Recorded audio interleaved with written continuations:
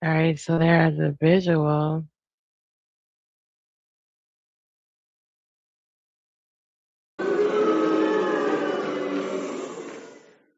Okay.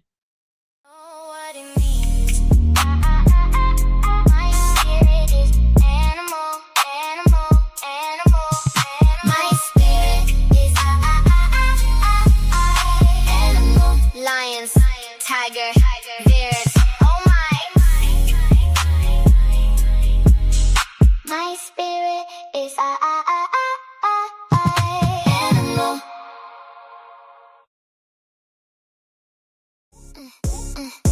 We are your baby, your fur baby.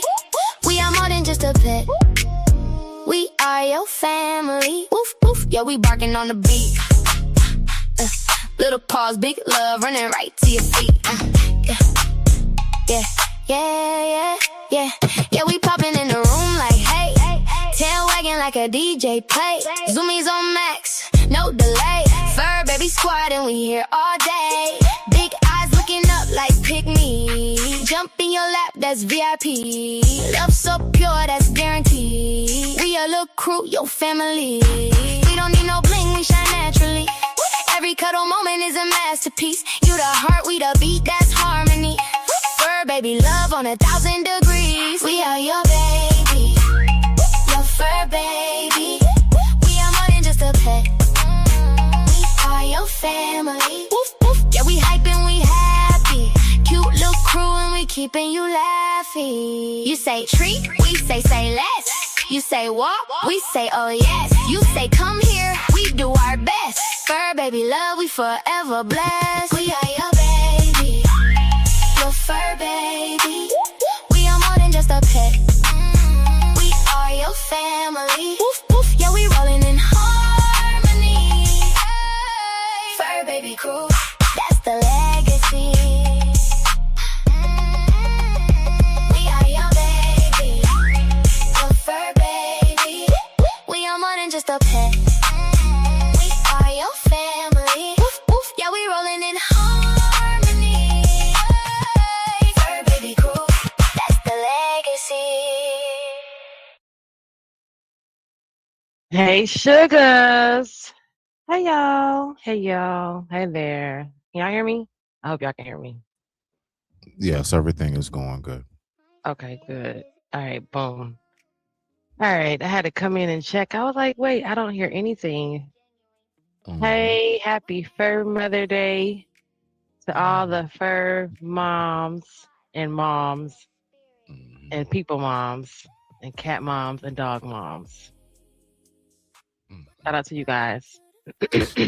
And definitely happy Mother's Day to all of the mothers out there, wherever you may be. Happy Mother's Day to you.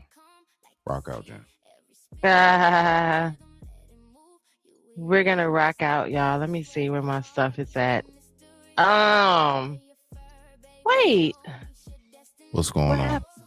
No, I had my video up. Okay, well, while I go get my video, I just had it. I hate when this happens. I think I have too many windows open sometimes. Sometimes that can be what it is. Yeah. So okay. So I'm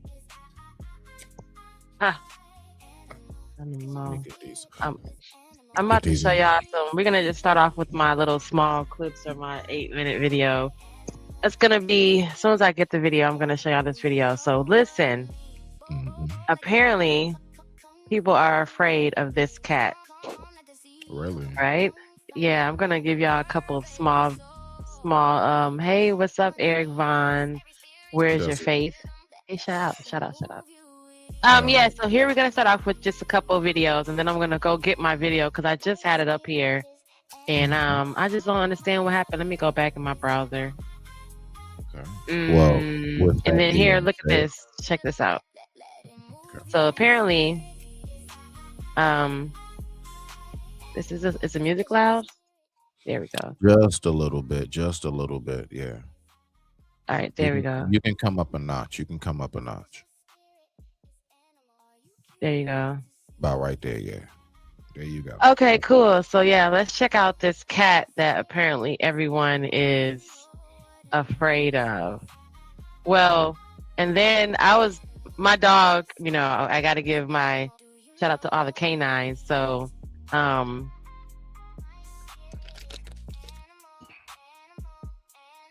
on. What's going on? Yeah. No. Oh, here's the cat. Tigers, bears. Oh my. Check this out, yo. Apparently this is the cat that you need to be afraid of, y'all. Check this out, though. A lot of people freeze. He looks like a domestic lion. Fierce stare, massive body, and intimidating presence. Some people even step back when he gets close. Some actually run when he approaches. But then comes the truth. This lion doesn't hunt. He follows his human around the house, asks for affection, purrs loudly, leans his head in, and truly believes he still fits on your lap. The Maine Coon just wants company. He doesn't want fear. While everyone sees a predator, those who live with him see a giant baby, patient, affectionate, and insanely loyal. Now tell me, if a Maine Coon showed up right in front of you, what would you do? Don't be fooled by this. Wow, look how big he is. A Yeah. Maine Coon. Yo, did you see how big his head was when he was getting pets? Oh my goodness. Oh yeah. Oh my goodness. So speaking of big cats, we're gonna go right over to the big dogs. I love this. You know, I love the most top dangerous dog breeds, the most top muscular, most biggest muscular dogs. I love all those things, right? Okay, I found my video. So you know, I like to get into the doggy's mind. So we were talking about how dogs can have like spirit, they can see things, and remember Riaz was like dogs can see spirits. So you ever wonder why or how a dog can recognize a bad person versus a good person? How can they tell? Like, I've had that happen where my brother's friends or someone that's tried to come over or a guy that was trying to date me came over and he couldn't get in my house. Even when I was younger, like that one friend just never could come in. Everybody else can come in, but that one person could never come in because the dog wouldn't leave him alone, or the dog would growl at him to the point where it would be intimidating. He would be like nervous, like I'm not coming in there. Not just talking about your typical I'm scared of dogs person, right? That person is scared of everybody's dog. But every now and then, other people would be able to come into our home and come visit, come sit on the porch, come in the parking lot, come in the driveway, even get out their car and come to the door, right? You know, the dog does his little barky thing. Hey, someone's outside, let you know there's an alarm.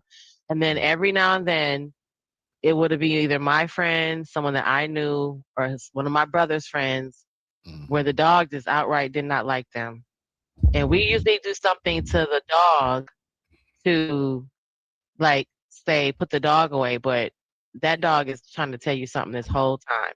So here's my video. We're going to start off with my video since it's about 8 or 9 minutes, and it's going to go through the science that confirms how dogs can recognize bad people.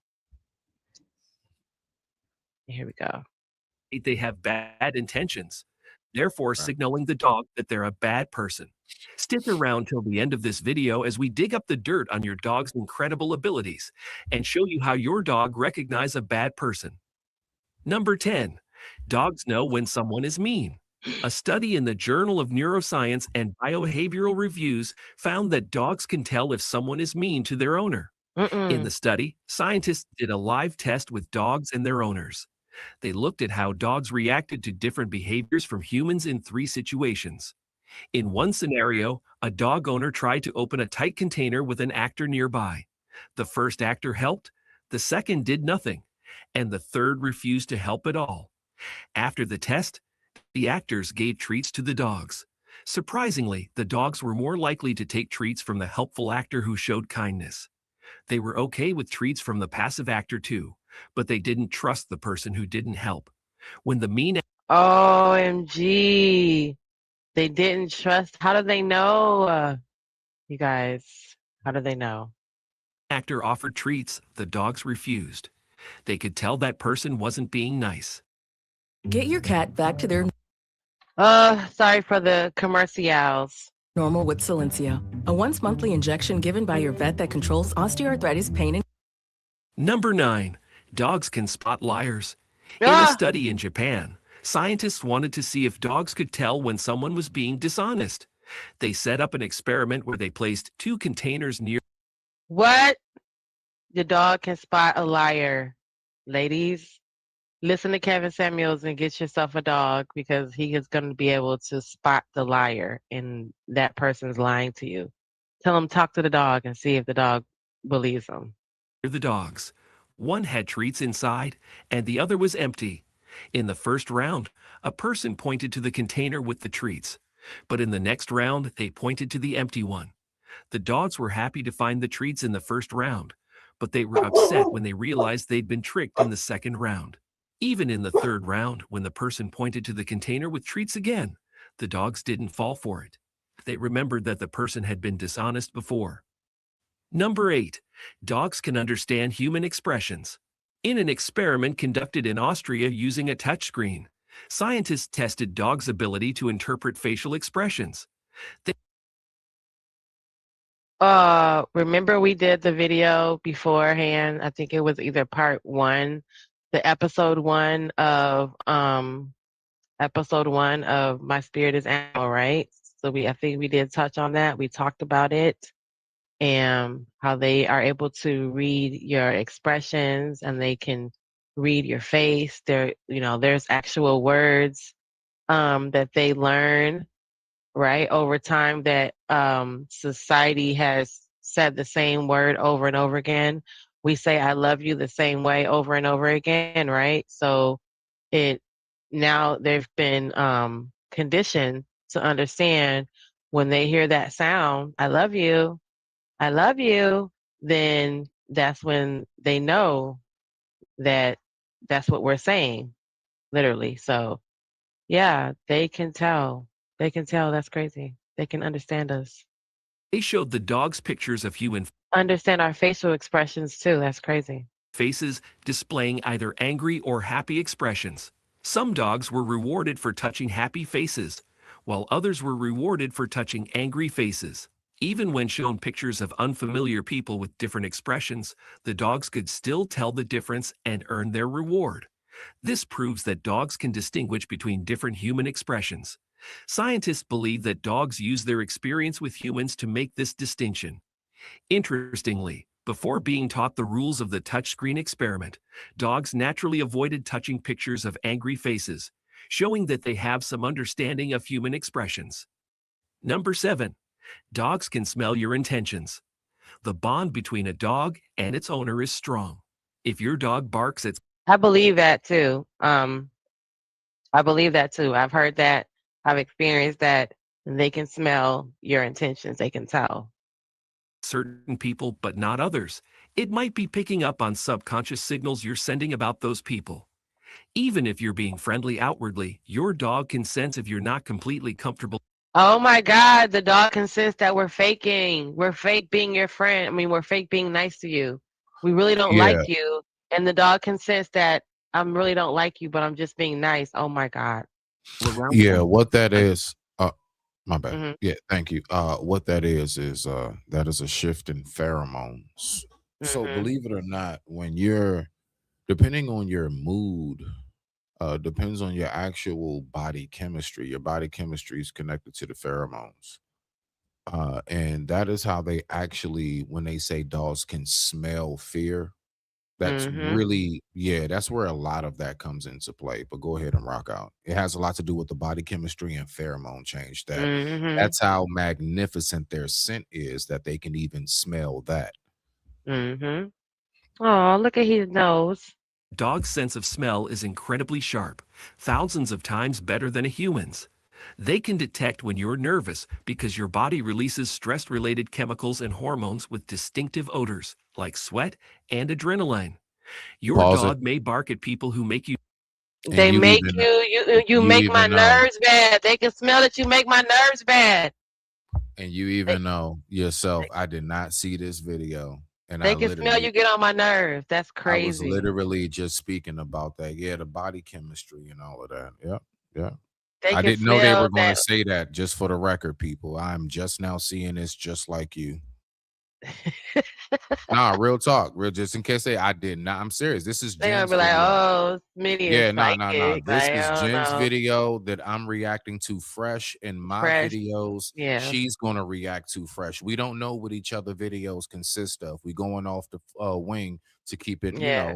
raw We just reaction. know the overall Yeah, content, but we don't. He exactly. doesn't know what my videos is. He just knows it's about Exactly. dogs. Yeah, And yeah. my- She didn't send me none of these videos prior. So and rock he out. does, and you don't send me your videos, so No, I don't. No, we I have a do not. genuine I like the reaction. surprise. Yeah, I like the surprise. Yeah. Yeah. So look at him. That's what my baby used to look like. I swear I could tell girl German Shepherds from boy German Shepherds. Don't ask me how I know, but sometimes you know how you can just look and be. Rottweilers, I can't tell the difference, boy or girl. They look the same. Sometimes the girls look even meaner, but I can't tell. Pit bulls, I can almost tell sometimes. And German Shepherds, I can look at them and tell. I can tell with Labradors too. I mean, with golden retrievers. Like I can see a golden retriever and you can look at it and almost see it's a girl or a boy. I don't know. That's weird. But yeah, I digress. Nervous to keep you safe. Research has shown that dogs can even sense Oh, changes in a person's brain through alterations in the pheromones they emit. This explains why dogs sometimes show hey. aggression or dislike towards someone right before things go wrong. Dogs can also smell fear, and studies have found a link between a person's emotional state and their likelihood of getting bitten by a dog. Confident and emotionally And so, see, remember, I referred back to our episode 1 when we talked about when I gave my tips on, how they can smell, cancer and how they can smell all those things that's happening inside your body and fear. And guess what? You hear what he just said. So when you guys go back and watch this video again, and you want to understand, I even broke down the definition on why dogs attack you, and part of it is because you're afraid of them, right? And what did he just say? It's your fear of the likelihood of you getting bit by that dog who's afraid of you, right? So they only have 2 actions, fight or flight. So they are afraid of you first, and then they decide to, defend themselves. But most of the time, that's why they run, or they skirt away, or they sniff and back up, because their first go-to reaction is going to be fear first, because they don't know what's going on. So they just Well, smell you are afraid, and they can smell you're afraid. And I've known that my whole life, because I tell everybody, you can't act afraid. And they be like, I'm afraid, but he's gonna smell that you're scared. What does that mean? I don't know. I just know that he's smelling that he can smell that you're scared, and that's why body he's chem acting right. And I now I know because I've yeah, researched it. But back body then, when I would say chemistry and that, I had no pheromones. idea what I was talking about. I just knew the dog can smell fear, and I never looked it up and researched that part of it until later on in life. So, for the record, those Go ahead, who rock out. own dogs, we've been knew this, but we just knew, like, damn, he must can smell your fear. I was a little kid when I figured that out. Right. stable Now, people are real bitten quick, much Hmm. the part that's tricky is how do babies and children sense the same thing as people? And where does that sixth sense go once you reach a certain age? Go ahead and rock out. Let's Or just does let it? that sit. It just gets suppressed, and you just can't tap into it because Maybe so. later on we call it intuition. We'd be like, I knew that nigga wasn't shit, or I knew that was gonna happen. That's For that's the women, same thing later on in for life. for women, it's intuition. For men, it's gut feeling, but it's the same daggone It is thing. literally in the same spot. The It's intuition is in your yeah, gut. yeah, it's the same thing. Yeah. Yeah. less often than those who feel anxious around dogs. Get your cat back to their Ah, normal with Silencia, a once monthly injection go given by ahead your and get vet you that some controls Silencia. osteoarthritis pain in cats. Vets I administered can't even Silencia find the should take button. extreme care to avoid self-injection. Ask your vet about Silencia and help get your cat back to their normal, whatever that is for them. Look, they wouldn't even let me Quite add right. that commercial. You should at least pause it when it does that. It wouldn't Like, even like, let me. Number 6. I couldn't Dogs never even. forget their There own. was nothing on the screen. You see, I was oh, looking for it. Yeah, that let me commercial had nothing on the screen. let me go to my channel, make sure everything's flowing straight. Go ahead, push Yeah. button. Owner's smell. Look at. Dogs have an amazing memory for smells, especially their owner's scent. They can remember it for their whole life. Dogs Oh, associate emotions with scents, so when they smell their owner, it Mhm. triggers happy memories. Even if your appearance changes or you've been away for a long time, your dog will still remember how you smell and how much they love you.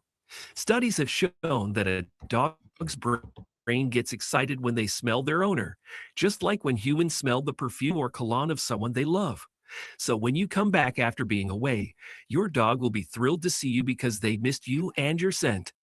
Number 5, dogs are experts at understanding body language. Animal behavior specialists say dogs are really good at reading body language. They notice every little movement we make, whether it's stiff, playful, or nervous behavior. Dogs rely on body language to figure out if they're safe around other dogs, and they can also understand human behavior. So if someone is acting differently from what they're saying, your dog will notice right away. That's why your dog might bark or growl at someone they think could be dangerous, even if that person hasn't done anything yet. Number 4, dogs have incredible smell. You might have heard about dogs predicting earthquakes or changes in the weather, but did you know they can also sniff out life-threatening diseases? Dogs can smell serious illnesses, including cancer. A study from the University of California, Davis. Not smell an earthquake or something getting ready to happen in the land is crazy. Yeah. That's crazy Real too. quick. Well, no. Well, see, the thing is, when you know a little bit more about even when they go to sleep, so you know how they do that continuous turn before they lay down. That's them literally Facing north. centering themselves. Yeah, Mhm. they're figuring out the gravitational pull. Like, yeah, exactly. Like That's that's like an a little actual bitty, a baby science. compass. Yeah, it's the actual science behind that. They're not just turning in circles because I thought it was just a like, oh, he's That's just fluffing his crazy pillow. too. Yeah, so it's not that hard for me to believe that. No. But yeah. Yeah. Showed that dogs can detect cancer-affected tissues because they have a specific smell that healthy cells don't. Some organizations, like Medical Detection Dogs in the UK, train dogs to find the odor of cancer in samples such as breath, urine, and swabs. Dogs can also help people with diabetes. Breath, urine, and swabs. Breath, where's your breath coming from? Your mouth. So when something's going on in your body, your dog is all in your face, and you be like, "Oh, he's all in my face. Why he always?" They got that's how they get their information. That's how they know that, and that's how they can save your life. Even if you're like having those people who have seizures, your dog is gonna get in your face at some point. That's why I always say to just do it one time, even if you're don't want your dog in your face ever again after that. You have to give him once because he's going to forever try to get in your face because that's where he's going to sniff your breath and he can tell your whole everything. He can tell if you're tired, you're depressed, you're hungry, you're anxious, your stomach hurts, you got gas. He can tell all that. And then your urine. Where does your urine come from? Your cooter box. That's why they boop you in the box and they smell your butt. So they get all the information from there and they can tell everything. So I hate when people say, they don't let the dog do that or they don't like it. You don't have to like it, but knowing that that's part of their necessary of how they retain information and how they bond with you, then you're gonna have it happen at least one time in your existence because to fight it, he's gonna always do that and just let him read your body and then he'll get over it. But yeah, no one's telling nobody to have your dog in your face and have him kissing your mouth or booping people in the butt and stuff like that. That is, that's extreme. We're not, that's a different behavior. But normally, they're always gonna get in your face and try to smell your breath or smell your butt. Just get over it. That's just how they read your body and can communicate with you. They don't talk. What the entire hell? So I don't. Sorry, guys. You guys know I'm passionate about my puppy, so and he will boop you right in the balls. I'm sorry, sir. Just to let you know. He gonna ride up to you and be like, "Oh, you're Smitty." Boop. Oh, okay, yeah, you're right. That's how he talks. So get over it. By sensing when their blood sugar gets too low and alerting them. They can even predict seizures, migraines, and detect diseases like malaria and Parkinson's. Number 2, raised hackles. The hair along your dog's back and neck, known as hackles, may stand up when they feel threatened or fearful. If your dog's hackles rise in the presence of a particular person, it could signal their unease. When a dog... And see, I was talking about the hackles too earlier. That not all hackles are a bad thing, right? Right. I had to get that cough out. So not all heckles are a bad thing, and that I did speak about it earlier about the hackles going from from neck to tail. If you have an entire straight stream of raised heckles, that means something totally different than just a few heckles raised up on their butt or a few heckles raised up on their neck. Right. So you need to know look at where the heckles are raising. Heckles also raise when they get scared for their own life. Right. So if they're not scared for your life or trying to defend something, when they don't have no option and they get afraid, they get heckles as well. And then heckles, obviously, the ones all of us know when we see a dog with heckles, he's getting ready to fight. That's the most common scene understood when you see a heckles. But heckles don't always mean he's angry and he's getting ready to fight. They do get heckles for defense, but you have to look at if they're on the butt or if they're by the neck. But when those heckles raise and there's a complete dark patch going down their back, that's when they step into part of their natural canine defense. So I've been in situations where I can't stop the dog if he gets a full row of heckles. He's ready to just, we saw a coyote and he was not trying to hear that. And I mean, he would have snapped his leash. Luckily, I have 2 leashes. I carry an extra leash that I have to like grab around his neck where he has a choke chain on his neck. Some people use a prong collar. I use a choke chain, right? Because I don't want a prong collar. So that's the same effect to get him to stop, in that moment. So if I have to pull my second leash out real quick and throw it on, try to connect it to his choke chain, and he's trying to get this coyote that's running through the field and shit, he had a whole full row of heckles. I'm like, I mean, that's at that point, he's going back to what his nature. That if he was out here, he would have to tear that thing apart. So, y'all just pay attention to where the heckles are, because all heckles doesn't mean the dog is dangerous. That's crazy why would you just only think that? Like, why wouldn't you know it means anything else? That's just wrong. Respect your breed. Hackles rise in the presence of a particular person. It could indicate that the dog perceives them as a potential threat or feels uneasy around them. It's one of many body language cues that dogs use to communicate their emotions and perceptions. While raised hackles can be a sign that a dog is uncomfortable or on edge, it's crucial to consider the context and other behavioral cues when interpreting this behavior. Not all instances of raised hackles indicate aggression or fear, and dogs may exhibit this reaction for various reasons. Number 1, why dogs bark at some dogs but not others. When you're walking along the street with your dog and they see another dog, they might bark and lunge to keep the other dog away, or they might just keep their head down and walk past without barking. Ever wonder why? Dogs communicate mostly through body language and scent, so your dog might bark at some dogs because they show threatening body language. Your dog might pick up on subtle signs like a stiff tail, tense mouth, or wrinkled nose that could be off-putting. Dogs can sense these cues or scents from a significant distance away. Another reason why your dog might not like certain dogs could be because of past experiences. For example, if your dog was attacked by a brown male dog before, they might be scared of similar-looking dogs in the future. Overall, dogs are pretty amazing creatures. They can detect life-threatening diseases. Dogs' exceptional senses of smell are already used to detect drops in blood sugar, potential bombs, drugs, and even cancer. So it should come as no surprise that dogs can pick up on other chemical changes within the human body. When a person is acting aggressively, their brain chemistry changes in a way that dogs can smell, causing them to react to a potential threat before their human has perceived the threat. Unfortunately, there's a caveat. Psychopaths experience few emotions, so their brain chemistry would be unlikely to change and give a dog warning about their bad intentions. Understand our body language, detect mean people, and even sense when we're trying to trick them. So if your dog doesn't like someone, they might be onto something. Trust your dog's instincts. Get your cat back to their... I do, and I do trust my dog's instincts, Smitty.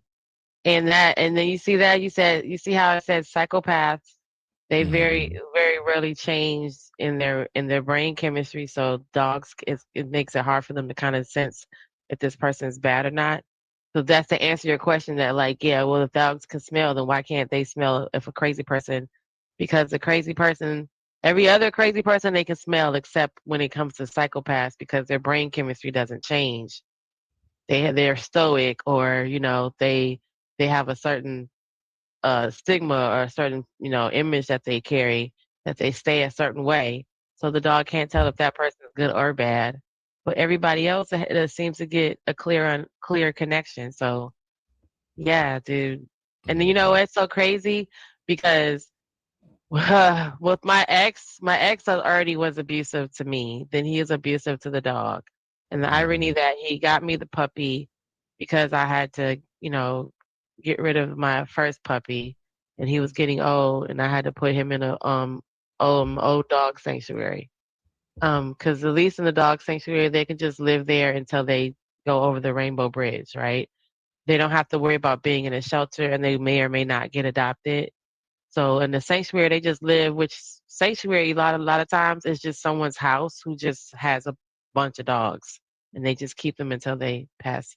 So so I get Beans. I guess this is kind of like, I guess this is the origin of Beans, guys. So da da da da. So I get Beans. His name was already Beans, so I was like, well, I'm not gonna change it because he's cute. That fits him.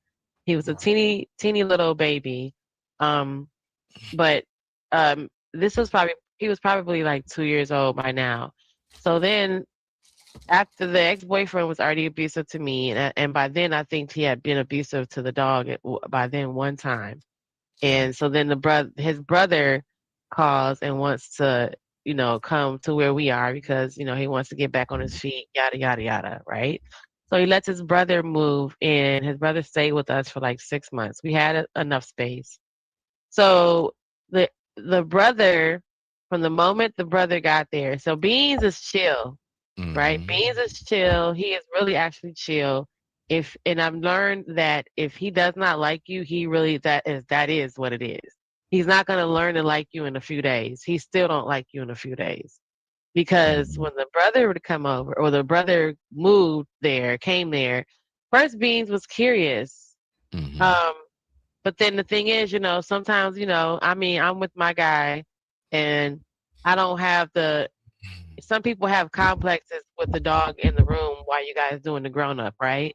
So some people have a problem with the dog being in the room with that because they think the dog is watching and listening to you do the hoochie coochie when the dog don't know nothing. And some people put the dog outside the bedroom when you go do the hoochie coochie. So my ex-boyfriend was one of the people who believed the dog don't need to be in the room while we're doing the hoochie coochie because he felt like the dog knew what we were doing. So Beans is always on the outside of the door if the door is closed. But there are times where I don't know what the interaction was like when the brother would come in from wherever he was and the dog is on the outside of the door, right? So then one time my ex suggests that maybe, because up until this point, you guys, Beans don't really like him like that. He's letting him in the house, but Beans don't take to him. Beans barks every time he comes in the door. And after we gave him a key, after we're like, oh, he's here, we let him smell his clothes. His clothes are in the room. Beans wasn't going for it. Like every time he came to the door, he barked. Every time he left, he barked.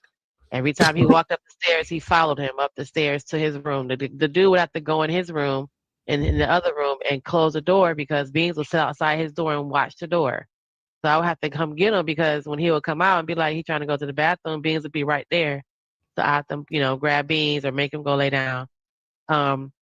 And then so my dude tells his brother, why don't you take Beans for a walk? Because he really loves to do that. And like that might be y'all might bond or y'all might really like get to know each other and take him for a walk. Just since we're in an apartment complex, just walk around the apartment complex. Like just go to the corner, to the end of the cul-de-sac and turn around and come back. Do you know I was pulling in from work when he was pulling my dog? Now, to me, common sense would mean once your animal saw you like a little kid, they're going to want to go that way now. So why would you go any other direction if once he saw his mommy? But then, so Beans is pulling away him, pulling away from him. He's I'm coming, down the street. So you know how sometimes there's like a cluster of apartment buildings. So there's like two or three different clusters of apartment buildings.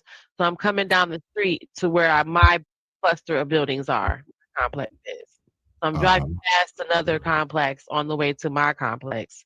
And then as I get into my little area where my building is, I see him walking the dog from the opposite direction down the same street. So we're both about to turn into the driveway of the complex. Now we're in my apartment complex, my townhouse complex. So then I slow down and he's pulling Beans. So I'm thinking he is going to come behind me and run to the house.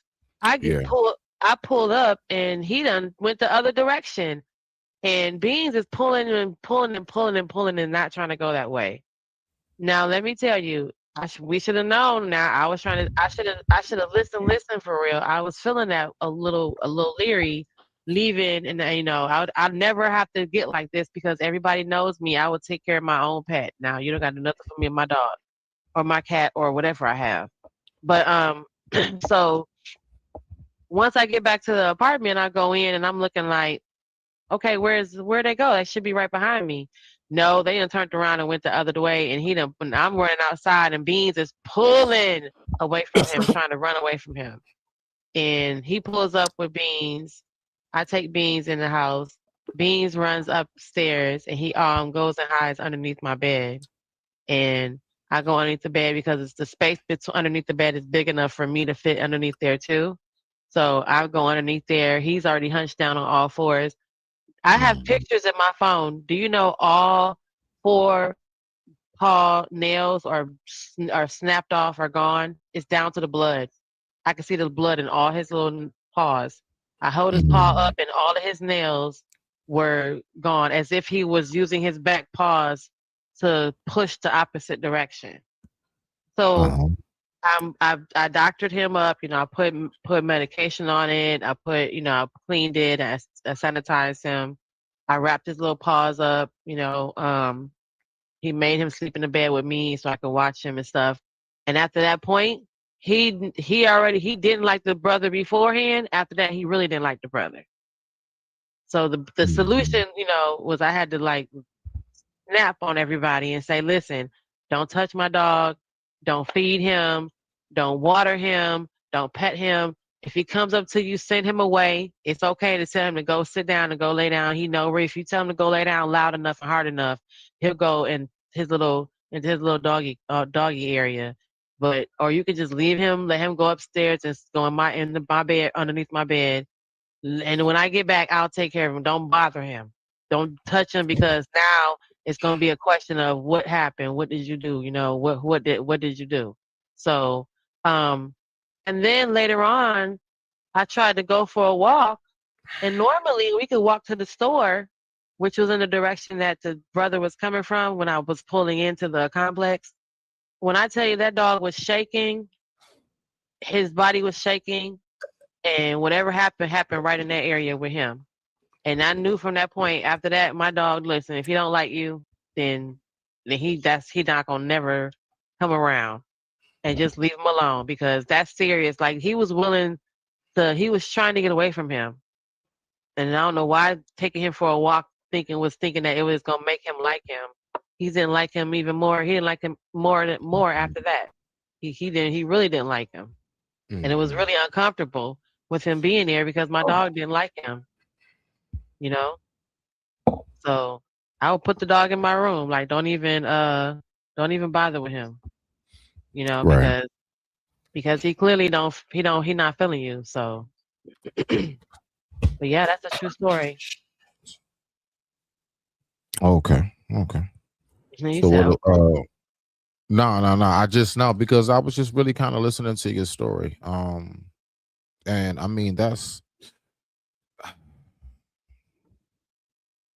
the one thing I know is that dogs have an innate sense of like there's something about, I guess, spirit. And I don't find it coincidental that, if you spell it backwards, what it is. I'm not saying they are, but to think they are man's best friend, and coincidentally spelled backwards, it's just something I've always thought about. But no, I just wanted you to, I noticed that was a moment for you to tell your story, do your thing. So I just didn't want to interrupt that. That's all. So, I mean, I'm ready to get back to the show. What we got? What we got? Listen, I'm Let me know when you're ready on my end. I don't know the because cat you know, videos have me cracking up so much. I don't understand. The cat videos have me cracking up. So since we're on the dogs and talking about the most I don't think they're the most scary dogs, but this is also, I don't know, can y'all see it? Okay, yeah, y'all can see it. There it goes. The 10, 15 most top of scariest breeds, which okay, let me I'm go. about to say can't hear. Couldn't hear none of that. There we go. Yeah, there we go. Okay. Interest in the world. Meet the pit bull, known for its strong jaw and aggressive Yo, that looks like my puppy. Hey, puppy. behavior. Next, the Doberman Pinscher, highly intelligent, but also protective and assertive. The wolf hybrid is a mix of wild and domestic, making it unpredictable. So I had a wolf. I told y'all that I had a German Shepherd wolf, because when you get one where we got our dog from in the Upper Peninsula, it's likely to have been bred with something else, especially if it was wild. So yeah. Bull Mastiff, a massive and fearless breed originally bred to guard. Just like the Siberian Husky, known for its strength and independence. Have you ever wondered which dog breeds are the most dangerous in the world? Meet the pit bull, known. Oh yeah, that was my little short video. I was trying to get better at bringing y'all some shorts. Oh, so this is what my beans looks like, y'all. Where is my? Oh, okay. This is what beans be looking like, yo. And I don't know how to get my dog to this level, but yo, this be unreal to me. This be unreal to me. Look at this dude. Look at him. OMG. Dog breeds in the world is none other than muscular American Pit Bull Terrier. The American Pit Bull is an extremely... Yo, that's how Beans looks, y'all, when he stands up. Oh, Number one muscular dog breeds in the world is none other than muscular American Pit Bull Terrier. The American Pit Bull is an extremely muscular breed of pup. They have hugely broad chests that could make even Arnold Schwarzenegger jealous. They don't need to work out to get theirs, though. Number one muscular dog breeds in the world is none other than muscular...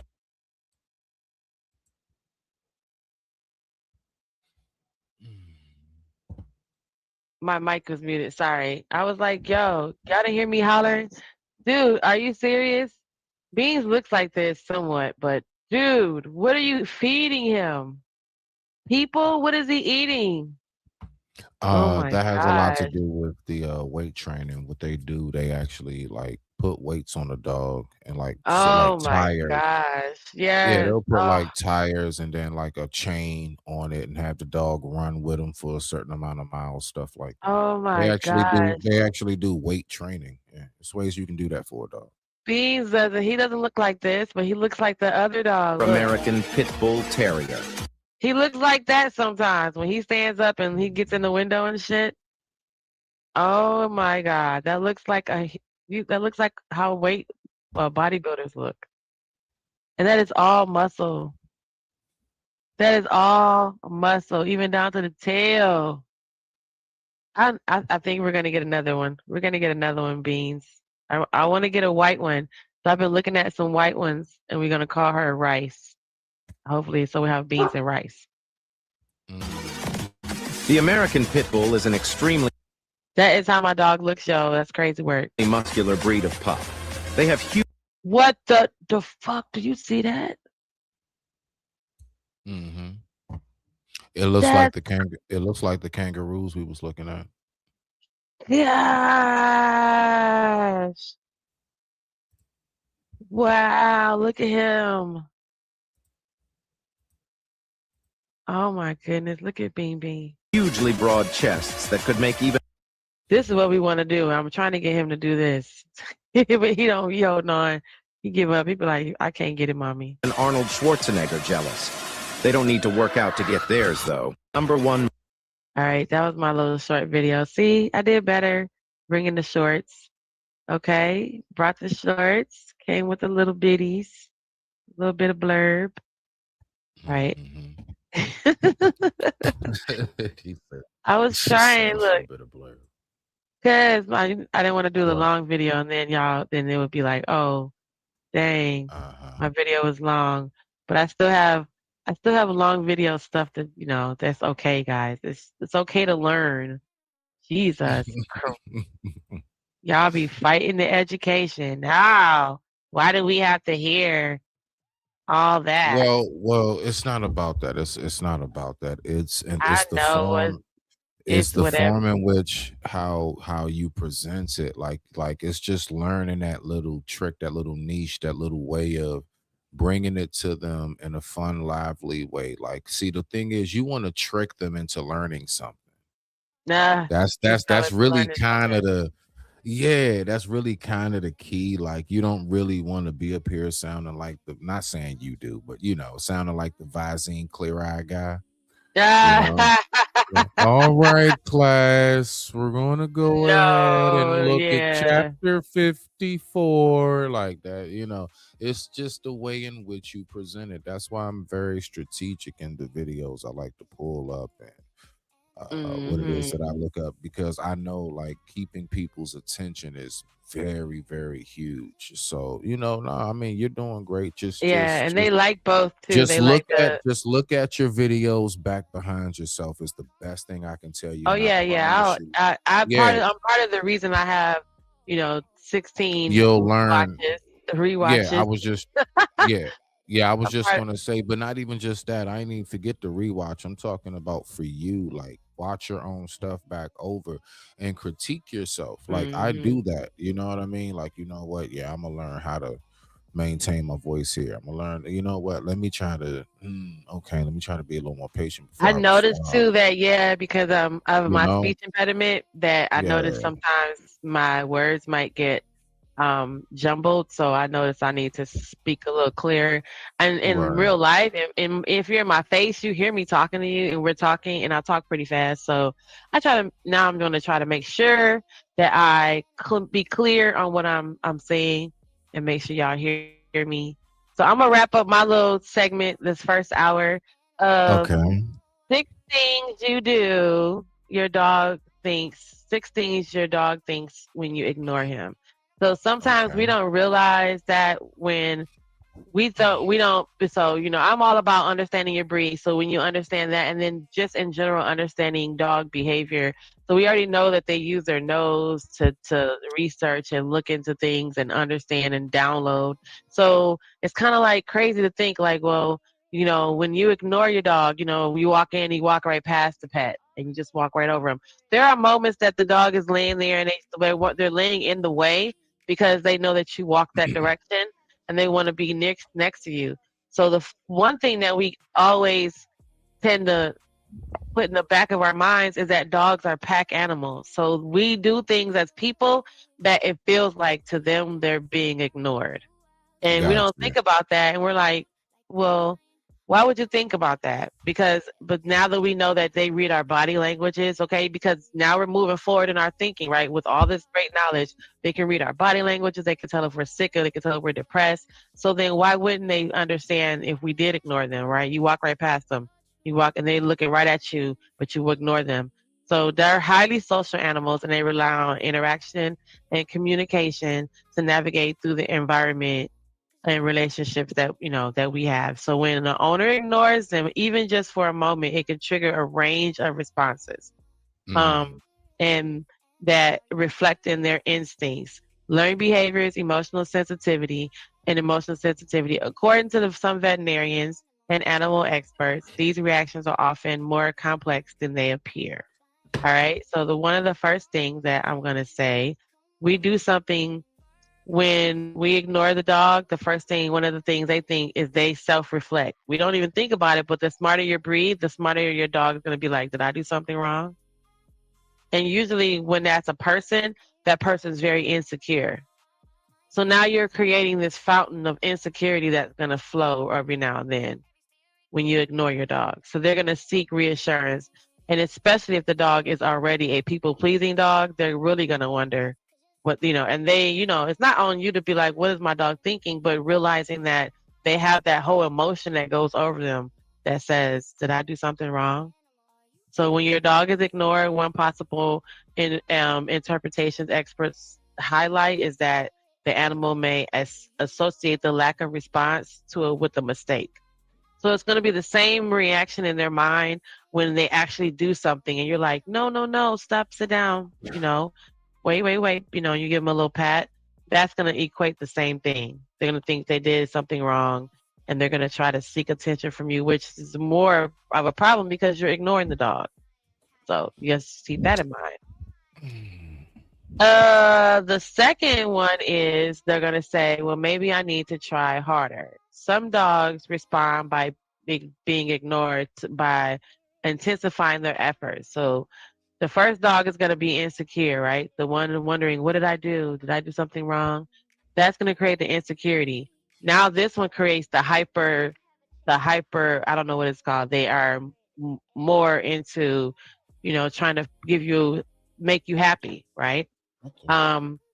So they intensify their efforts to gain attention. Experts note that that might include barking, pawing at you, bringing you a toy.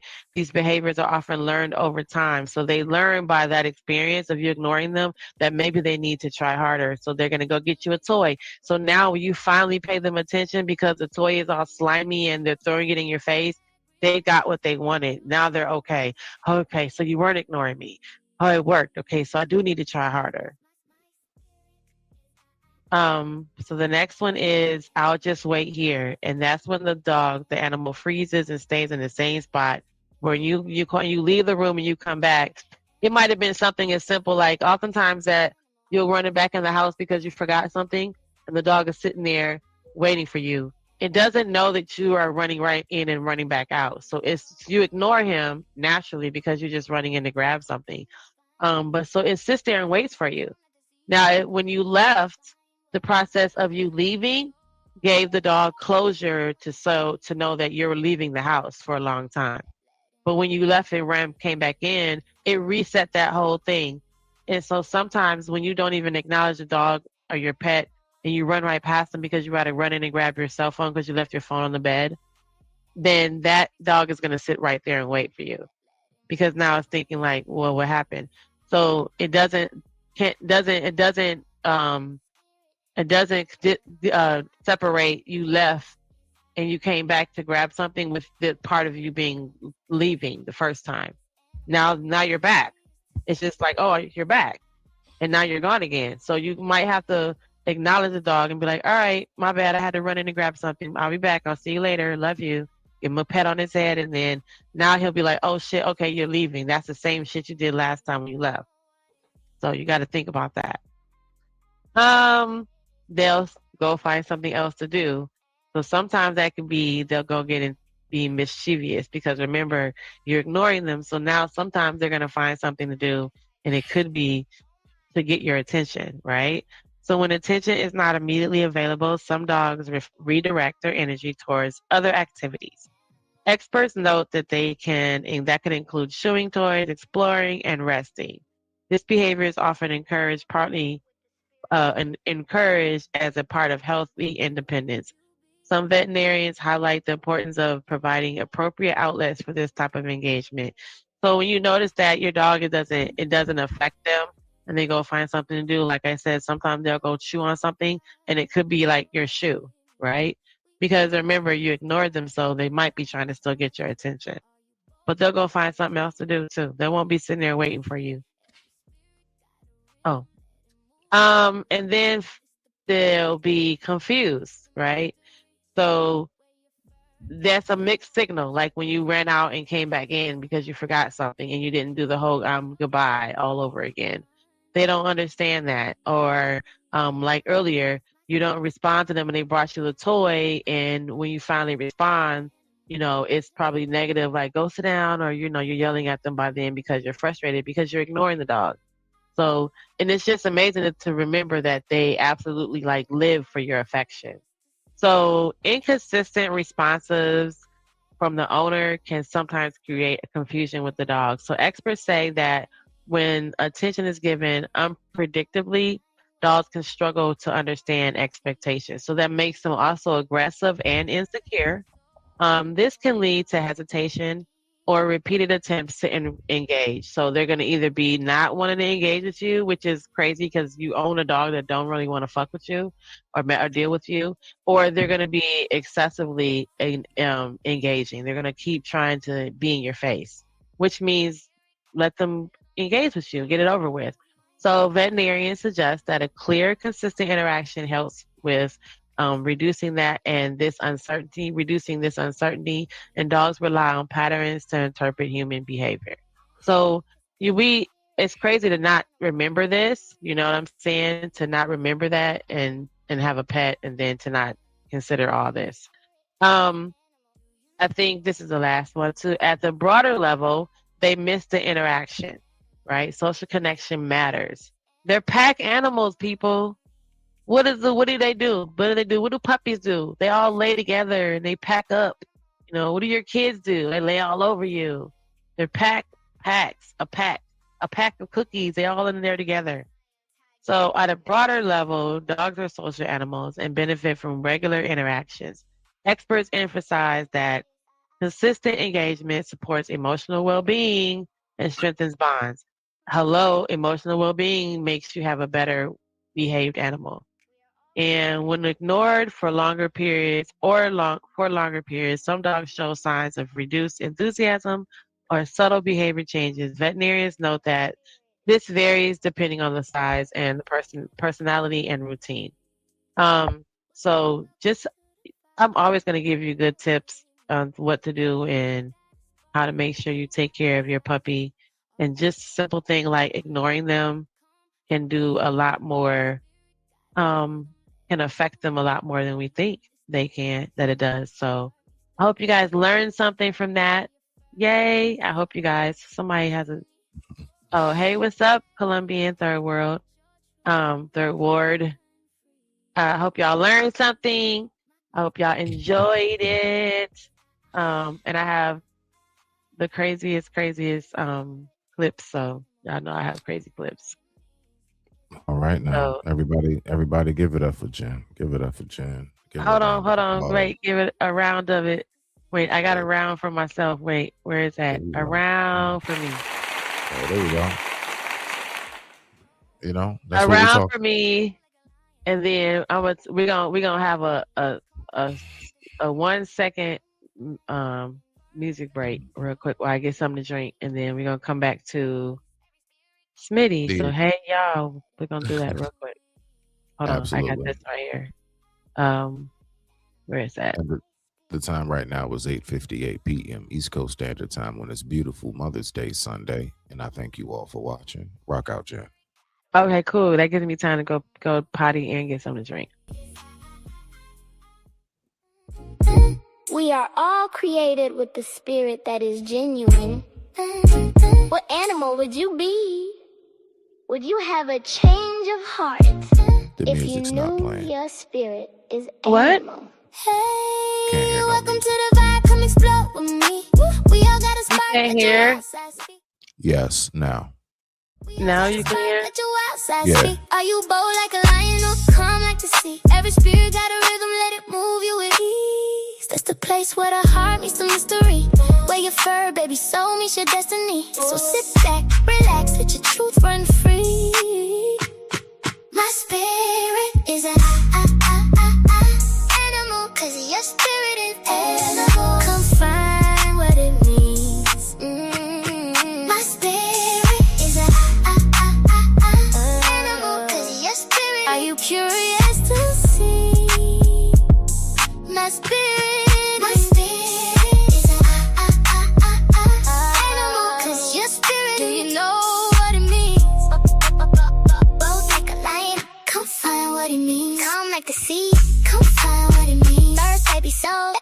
spirit got a rhythm, let it move you with ease. My spirit is animal. What animal would you be? My spirit is animal. Every spirit got a rhythm, let it move you with ease. My spirit is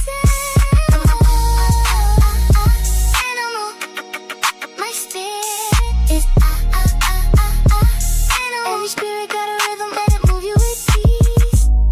My spirit is animal. My spirit is animal.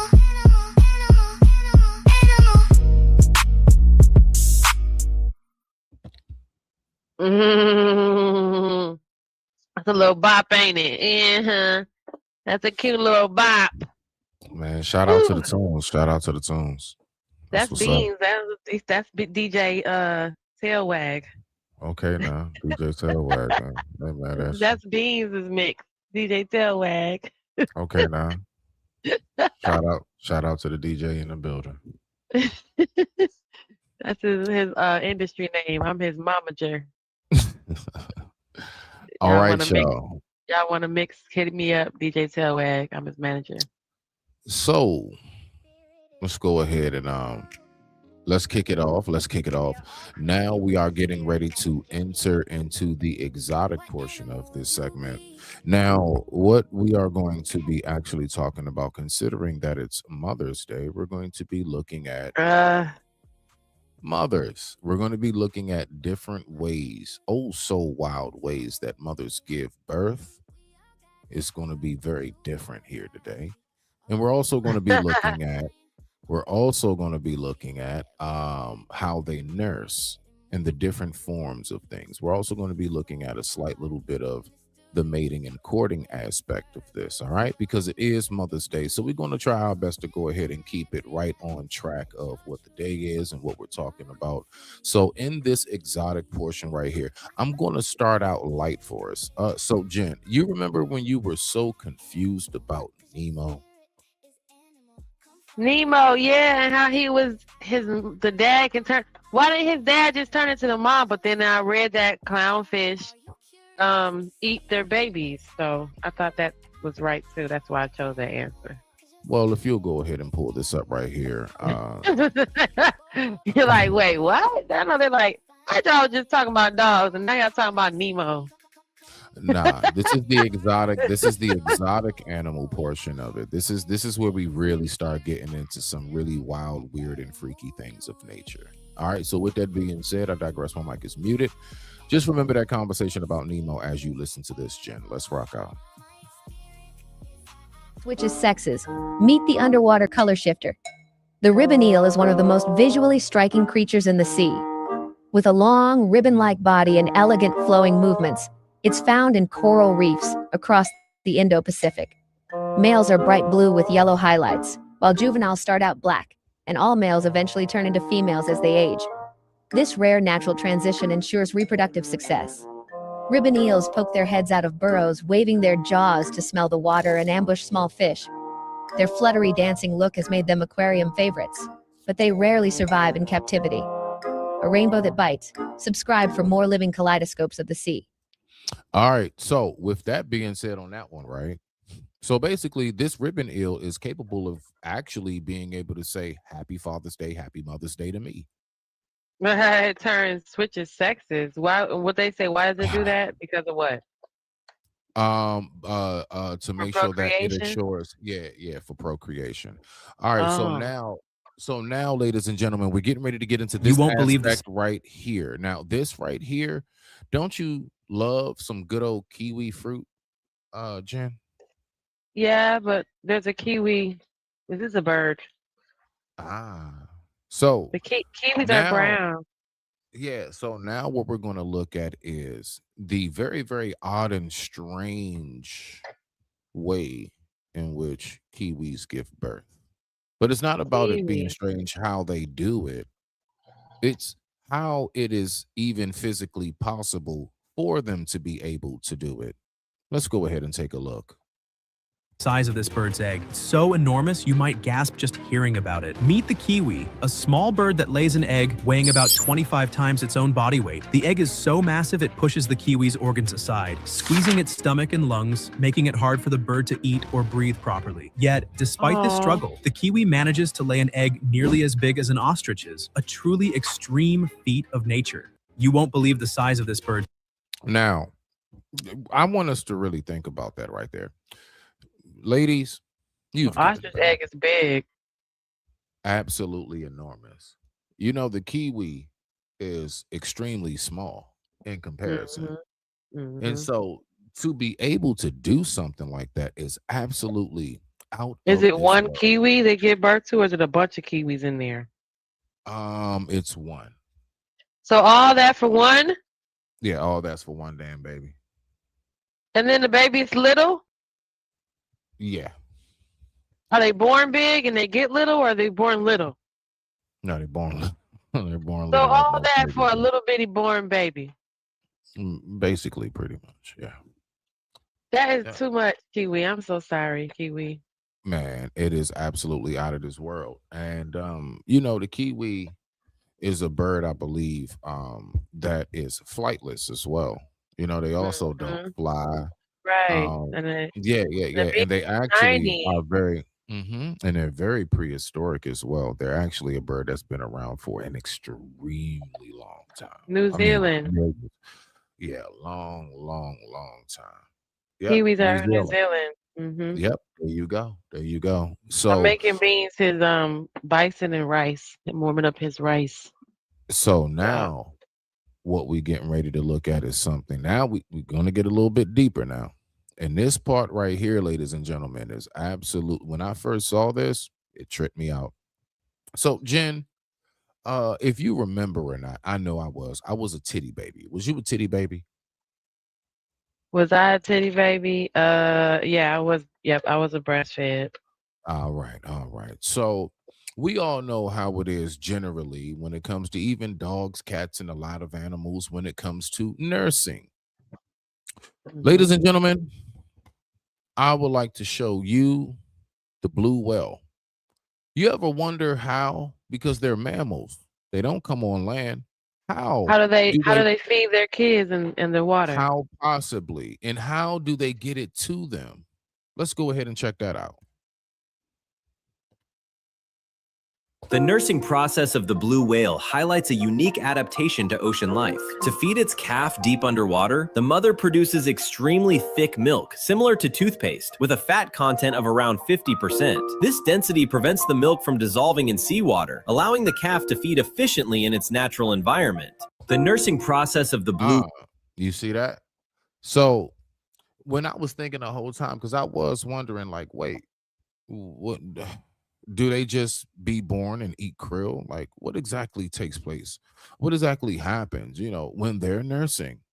How does that work? And so basically come to find out, and it makes sense. It's almost waxy. It's like a toothpaste. It's like a caulk almost, right? But the fat,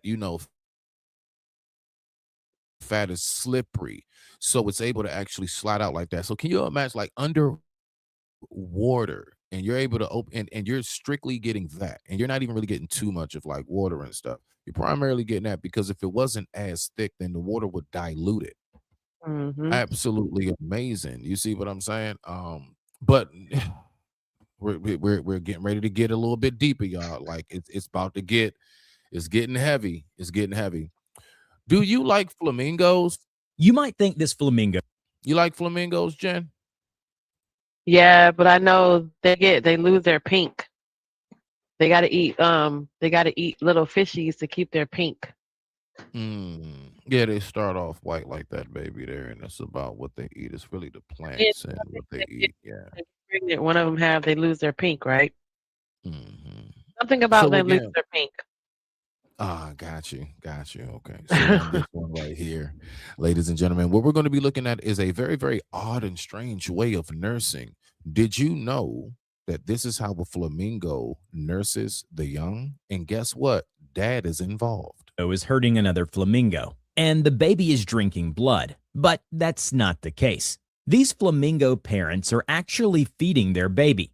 The red liquid is called crop milk. Flamingos produce this milk in their stomachs and regurgitate it to feed their young. It's red because of their crab diet. Since the parents' beaks are too big to fit in the baby's mouth, they use a pyramid-style funnel system to make sure none of the milk is wasted. You might think this flamingo is hurting another flamingo. And now that, Jen, now that's wild. To think that there's a liquid that excretes, because, you know, the last time I checked, I thought that all forms of nursing came from something called nipples, right? Let's keep it appropriate and grown people, right? But that's what I'm thinking to myself, and I'm like, okay, so, you know, like the blue whale, no nipples. Did you ever think about that? No, I never thought about that. All this time, well, how do they? Okay, so it comes out, boom. The fact that they have a nursing stage is what it is, because nursing indicates they have to be fed from the mom. Exactly, because you do have animals that are not fed from the mom. But let's go ahead and look at. It's going to get actually even crazier. Okay, so Jen, let me ask you a question. Do you have trypophobia? Do you have trypophobia, Jen? What is a trypophobia? What is a trip? Trypophobia. If you don't know what trypophobia is, you'll know what it is by the time you're done watching this video here. Now, again, happy Mother's Day. Let's look at more examples of very, very wild and crazy weird births. So this is a Peepa Peepa toad, and it's not just a name that makes a what? Peepa. Oh, let's take it back. Let's take it back so you can hear it. I want you to look at this. Now, you see that toad? You see how smooth it looks and everything? A what? A what? A what toad? It's called a Peepa Peepa. You know, like how Pikachu used to say Pika Pika, but it's Peepa Peepa. Right, Peepa Peepa toad. You see how smooth the back is? Okay. So again, if you don't have trypophobia, you might have it after this. Let's go. So this is a Peepa Peepa toad, and it's not just a name that makes these guys weird. If you have trypophobia, this next clip's gonna be pretty hard to watch. And if you don't know what that is, I think you'll realize you have it after you see this clip. This video is showing how the female Peepa Peepa toads actually give birth. When breeding season comes, the females will develop holes in their bags. The eggs will be deposited into those holes, and soon enough, the babies will hatch from their back. These toads are super creepy, but they are absolutely fascinating. So this is a Peepa Peepa. Jen. So trypophobia is trypophobia. When that like pimple popping. A bunch of holes, like a bunch of holes. It's like it really is. Like you see a bunch of holes in the skin and stuff like that. Yeah. Now that right there, I'm gonna be honest with you, Jen. Like, like so. Imagine that those are all babies. All those little dots are babies. All of those are babies. Oh, like a spider egg. I have whatever that is on like a spider egg. Trypophobia. Yep, you got That's what it is. It'll make my skin crawl. It'll make your skin feel crawly. Yep, that's called trypophobia. Oh, if your skin feels crawly when looking at that, then you get that. But only chill. like spider eggs though, because that didn't bother me though, because I could watch pimple popping. I ain't gonna lie. When he was pushing that joint about his back, I was a little like, okay. Yeah. I might want to eat some of this Mother Day food left over later. Come on now. Hey, Bubby. I made you some dinner. So, Jen, are you ready to go even deeper? Now we're really about to get into a very, very creepy, weird, freaky place of nature. Ladies and gentlemen, I made you delicious. I would like to introduce to you the world's most bizarre science project that nature has ever given us. Jen, do you know what that is? A hippopotamus. No, Jen. It's called this right here. The platypus is one of the strangest creatures on Earth, and everything about it seems like a mix of different animals. Now, listen to how it feels. Now, the fact that it can sleep and that it can go underwater and be on land like equally is crazy. Well, turtles and frogs can do that. But look at this right here, Jen, and even crabs. Look at this. Look at this here. It has a duck's bill, a beaver's tail, and otter-like webbed feet, almost like nature put together a puzzle with leftover parts. But the weirdness doesn't stop there. Unlike most mammals, the platypus lays eggs. No mammal lays eggs. So Dogs. how is he unlike most mammals? Oh, unlike most mammals. Okay, I was like, wait, how is he unlike? Okay, Because it lays eggs. It's a eggs. mammal. That lays eggs. Yeah, that's like imagine a cat or a dog or a giraffe or something. Imagine, a buffalo, a cow. All of these are mammals. Imagine them laying an egg. Mhm. Right. This is a mammal that lays eggs. Let's keep on going. Happy Mother's Day. Instead of giving birth to live young. And when the babies hatch, they don't drink milk from nipples because the mother doesn't have any. No nipples. So how does the mother nurse? Instead, she secretes milk through her skin, and the babies just lap it up from her fur. And here's something wild. Male platypuses have venomous spurs on their hind legs. The venom isn't deadly to humans, but it can cause intense pain that lasts for weeks. Imagine getting stung by an human? animal that looks so... Yes. How did you sting me? By back kicking you. Like say you No, were how are walking you? up on it. You're a mammal. How are you stinging? What other mammal No, stings? exactly. No, good How one. did you Good sting catch. me? I'm not That asking is you a like the good logistics catch. of It's you a stinging me. venomous. How did you get venom in your body? Because everything else that has venom is not mammal. So how did you sting me? Yeah. cute. The platypus is also a stealthy hunter. It doesn't rely on its eyes, ears, or nose underwater. When it's underwater, it's blind. So I want you to imagine like if you didn't have goggles on and then you jump into the pool and then you just close your eyes so like the chlorine don't burn them. The water don't burn your eyes. It And you're don't just rely on its swimming. eyes, ears, or nose. No.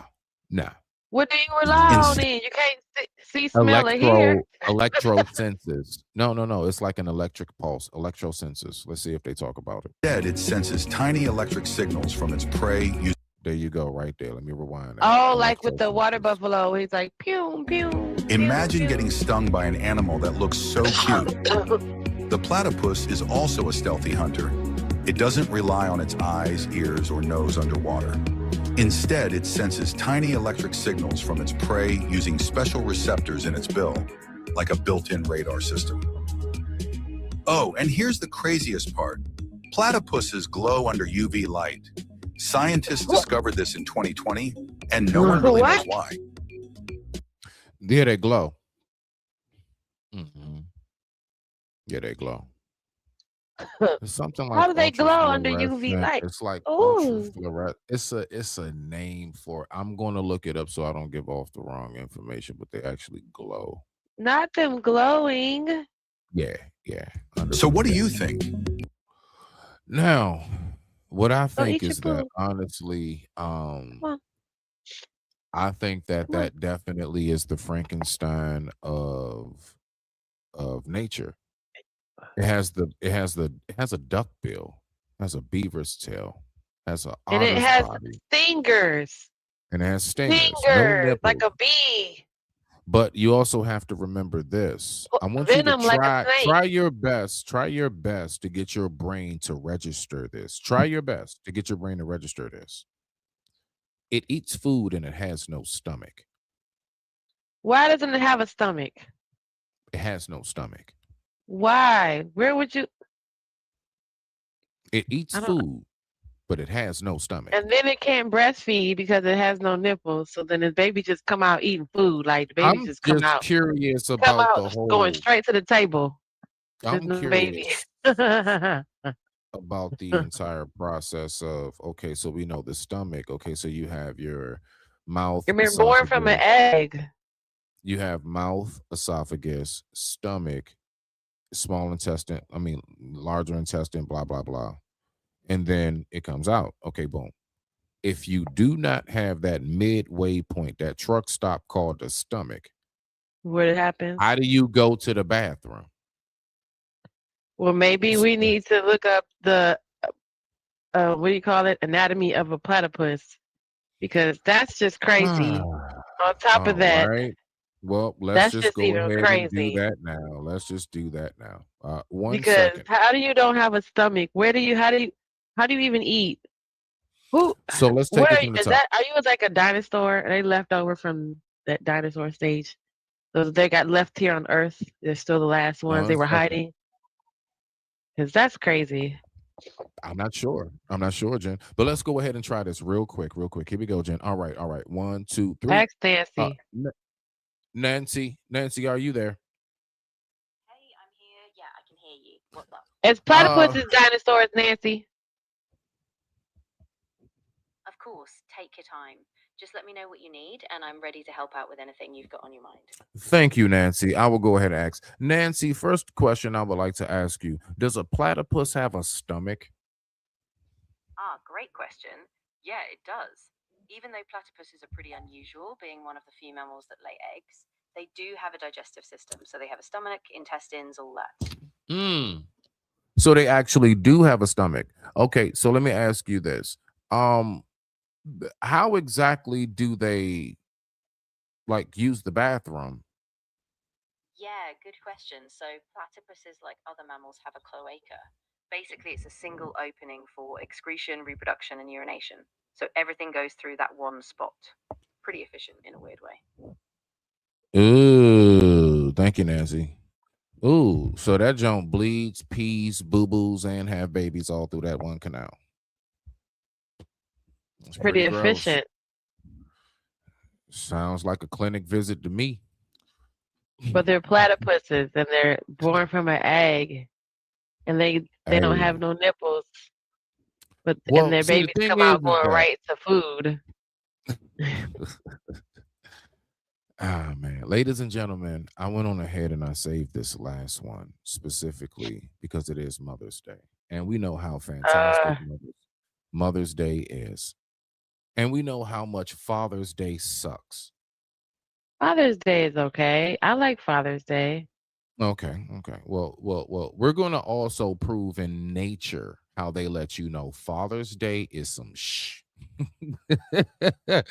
But anyway, with that being said, I digress. My mic is muted. Now we're about to look into the reproduction, reproduction system and how it works of something called the anglerfish, way down in the darks of the ocean. You remember on Nemo, the big fish with the teeth, and it had the light on the top of its head? Yeah, so let me That's see an that. angler.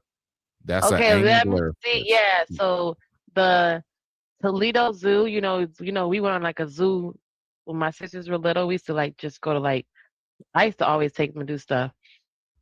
So that take them to like different zoos. So here in Detroit, you can go to the Detroit Zoo. We have people don't it's not abnormal for folks to like go to the Toledo Zoo, which is one of the bigger zoos on this side of the country, right? So Toledo Zoo has that exhibit with their aquarium where you go down in the cave, and you're going and you're under the habitat, right? You know what I mean? Like you go inside the monkey habitat and you're going through the little cage, right? So you're going in the Toledo Zoo. I took my sisters and I took some other people with us too to go see it. In Toledo ain't nothing to drive down. You leave in the morning, you come back in the evening, like type of thing. And so that it has that exhibit where you go down into the aquarium exhibit, where the aquarium is built around you. So Californians is like that too because it's an interactive, and they have the touching pond where you can reach in and touch the starfish, reach in and touch the eels and stuff. And then if you also keep going through the exhibit through the aquarium, there is a tunnel. And it's a blackout curtain, and you go inside the blackout curtain, and you will see these guys. And that's where that's where I first saw them. And they will come up to the it'll be pitch black. And then because you don't see them until they come into light, till the light gets close to you because they're far away, you don't see them. It's so pitch black because of how their habitat has to be pitch black because they live so far down on the bottom of the ocean. But yeah, to this day, my sisters will tell you. Now I haven't taken my nephew yet, and he's like a nerd like that too. So he's into stuff like that. So that'd be like an easy, drive to Toledo, go to the zoo type of thing. He's still young and he's still a kid. He ain't no YN, so he's still a kid, and that's like fascinating to him. But they have that at the zoo where you go into the behind the black curtain, and you go back there, and they say stand there long enough because when they see light, they'll start coming towards the window, and then you'll start seeing them. And we saw the fish with the glow in the dark bodies, the glow in the dark the little light bulb looked like a lantern. Their tail came from behind them, and the light was in front of them. Their teeth were glowing, like it was crazy. But all those animals in that exhibit, that's their habitat. They live in the dark. So yep, look it up. So what we're going to do, because it is Mother's Day, and speaking of Mother's Day, reproduction is very, very important. And ladies and gentlemen, I would like to take a quick message to let you all know. Please do not disrupt nature when nature is in progress. Let's take a look. What is this here? Get away from her! Mating ducks plus liberal white Karen equals fun for the rest. She yells at male duck mating with female because she thinks it's rape. What? Get away from her! Get away from her! Hey! Get off of her! Get in the water. Get in the water. You know you're going to get in the water. Get in the water. Get in the water. Get us a net! Everybody's just standing around. How do you figure more ducks get? Are everyone standing around while the bird is getting? No, wait, Jen. Listen to what the dude says. Everyone's just standing around. But listen to what the dude says right after she says that. Listen close to what he says in the camera. Get in the water. Get us a net! Everybody's just standing around. How do you figure more ducks get made? I know. Please get in the water.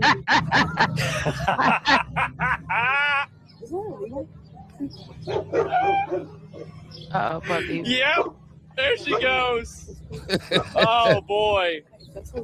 Oh, my God. She's got a net. Oh, no. She ran all the ducks away. It's mental illness. Where'd she get a net from? She's yelling at Where the did she ducks. get a net from? She's yelling at the And then she's saying goes get in off of her. Somebody Ooh. asked her that. No. Somebody asked that in the chat too. Somebody said, "Where did she get the net from?" Yells Where at did ducks. she get a net from? People like this used to be swamp hags that would sell mushrooms, and now we have to let them vote. Isn't that scary? Where are her shoes? Where I did she? have no Where clue. are her shoes? Jen, she probably took them off and climbed over the rail, and everybody started recording. And So then now she what we're said, gonna do- everyone's just standing there like while the duck is getting raped. It's crazy. Yeah, pretty much. So now And we're then going to get how are into you yelling and saying get off of her? Like he's translating that as saying get off of who? what Get it off is- my girlfriend? Well, what it is, Jen, what it is this. This is where actually the That's crazy. the rubber meets the road when it comes to sane and not sane. Because most people would even know if you took time and look up, a lot of animals deal with multiple males trying to mate with one female and they fighting over and everything else. And that's all throughout nature in a lot of different areas, species, and categories of life, from the sea to land to even air. As you know, there's always a category where it's one female and there's a whole bunch of dudes that are just fighting over the female. I was watching a video about some bees that are located, I believe, in Australia and New Zealand. So I was looking at that, right? And these bees, they consisted of basically all females in the entire village. And the only reason why is because by the time all of the males are done fighting over the females, they kill each other. They delete each other. They off each other, excuse me. And so, yeah, it winds up being just, and so it's a whole bunch of male bodies just littered all over the place. Until like birds come and eat them, so on and so forth, lizards and everything else. But yeah. So with that being said, I digress. My mic is muted. The time right now is 9:28 p.m. East Coast Standard Time. And I thank you all so much for tuning in. Let's go ahead and get to our final part on this before we actually get into a very, very interesting, fun, scientifical experiment topic that I think we all should enjoy. So let's go ahead and look at how does the female anglerfish procreate. And what exactly is dad's position and how important is it? Let's take a look. The anglerfish you might be familiar with, the ones with the huge scary mouths and dangling lures, represent only half of the anglerfish population, the female half. The other half of their population has an entirely different story. So in the movie of Nemo, when you saw that one, that was a female, not the male. This is the male. A story of what it's like to not have testicles, but to be testicles. Yeah, let's run that back. That's how important we are, fellas. Let's run that back. Rewind it. Yeah, let's run that Who back. is the mama and who's the daddy? This is the mom. This is the mom. The big one with the lure. That's the mom. Anytime you see this one, it's always a female. You know that? You know it's a female just by that alone. Let's rock out and let's listen to how important dad is. Happy Father's Day in the future. Lures represent only half of the anglerfish population, the female half. The other half of their population has an entirely different story. A story of what it's like to not have testicles, but to be testicles. The males of many deep-sea angler species only grow to about 1 to 3 centimeters, less than an inch. This is way smaller than the females, who can be up to 60 Imagine him trying to lie and say, I'm packing. times longer and 500,000 times heavier. And his single mission is to find a female. Once he spots her, he prepares for the most important moment of his life. He swims closer and bites into her and releases an enzyme that digests her flesh and also fuses the skin of his mouth to her body. They fuse so completely that even their circulatory... Did you notice how she had 2 baby daddies? Yeah, that just isn't here in the black community. It's all over the world. No. Do I got to take it back? Do I got to take it back? What about her being a big girl? And though, releases an and him being a enzyme little that fella? digests her Look at that. Look at that. 2 baby daddies. Okay. Okay. So it ain't just here. It ain't just here, people. Okay. Animals even need to get their stuff together. Let's go. flesh and also fuses the skin of his mouth to her body. They fuse so completely that even their circulatory puppy. systems merge. Over time, the male atrophies and ceases to exist as an individual. He loses his eyes, digestive organs, brain function, and everything else not related to reproduction. And have you not heard husbands say you're draining? He becomes an A life out of appendage, me, woman. essentially a pair of Go. gonads. His body releases sperm to the female in response to her hormones, triggering egg release for the rest of both of their lives. So is he balls? Kind of, in the sense that he's become an organ that just provides sperm. But maybe not so Triggering much egg balls in the release for the sense that rest the of your female now life. has her own pair. Say it again. Say it again. He triggers egg release for the rest of their lives. So he's just nutting and she just getting. Yep. This is what Getting y'all skeeted wanted, in. fellas. Y'all just wanted to be skiing on people. Now here you go. This is your main purpose to skeet. And y'all He done lost his job. He done lost his eyesight. he done lost his eyes. He organs, done lost his everything. control of himself. He just a skeet machine. And is self-fertilizing her eggs. And also making them less like the balls we're used to is the fact that a single female deep-sea anglerfish can have up to 8 males attached to 8 baby daddies. Oh, She got, oh my god, 8 baby daddies. her at Ocho once, Cinco. maybe even more. This whole strange arrangement is called sexual parasitism, and it's Sexual. so that's what we can say with the men Parasitism. nowadays, ladies. Let's put that in the vocabulary. We're gonna Let's call go that ahead when and these wear women that word out back. here got Wear 8 that baby word back. mamas, that's called sexual can have up to parasitism. 8 males attached to her at once, maybe even more. This whole strange arrangement is called sexual parasitism, and it's really fucking weird. Parasite, like anglerfish you sexual parasitism. Parasitism. Yeah. Right, like a parasitism. parasite. Isn't that something? So that's all that the guys are reduced to, ladies and gentlemen, is a daggone parasite. Ain't that something?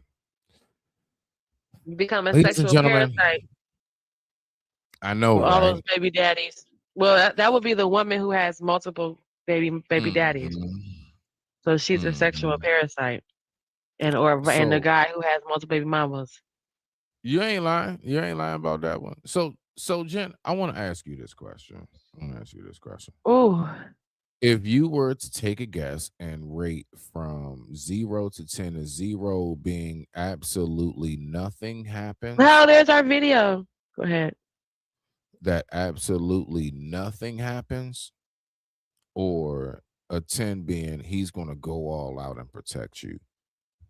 Lord forbid, Lord forbid, Lord forbid, 3 times over. If somebody tried to attack you guys, what do you think Beans would do? Oh, he gonna get a little anxious because that just happened with this other dog, and I was trying to hold, and I'm trying to hold them back because I don't want them to lock their jaws or lock on each other or bite each other. Actually, so Okay. he gets, and now he got it in for that dog. Every time he see that dog, he ain't done. So, ladies and gentlemen, this segment right here is called "Would Your Dog Protect You?" Now, me, I got Michi, and he's gonna haul ass and find something to hide under. All right? If he actually did a Spider-Man, jumped off the wall and started gouging the face, I'm shocked. I'm surprised. That's just where I am. But for those who are dog owners, and I used to have 2 dogs, and you know what? I really honestly think that D-Boy, I don't know. Scoot, maybe not. I think if Scoot sees D-Boy go in, then he would go in, but I know Dino would.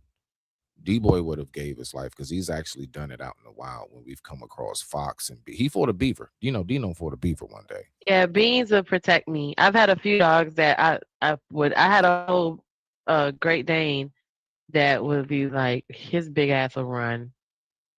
Right. He Okay. would run. So right now with But I had a Chihuahua and a Dachshund that would try to chew your ankles off, and my Westie would try to chew your ankles off, like literally try to bite you.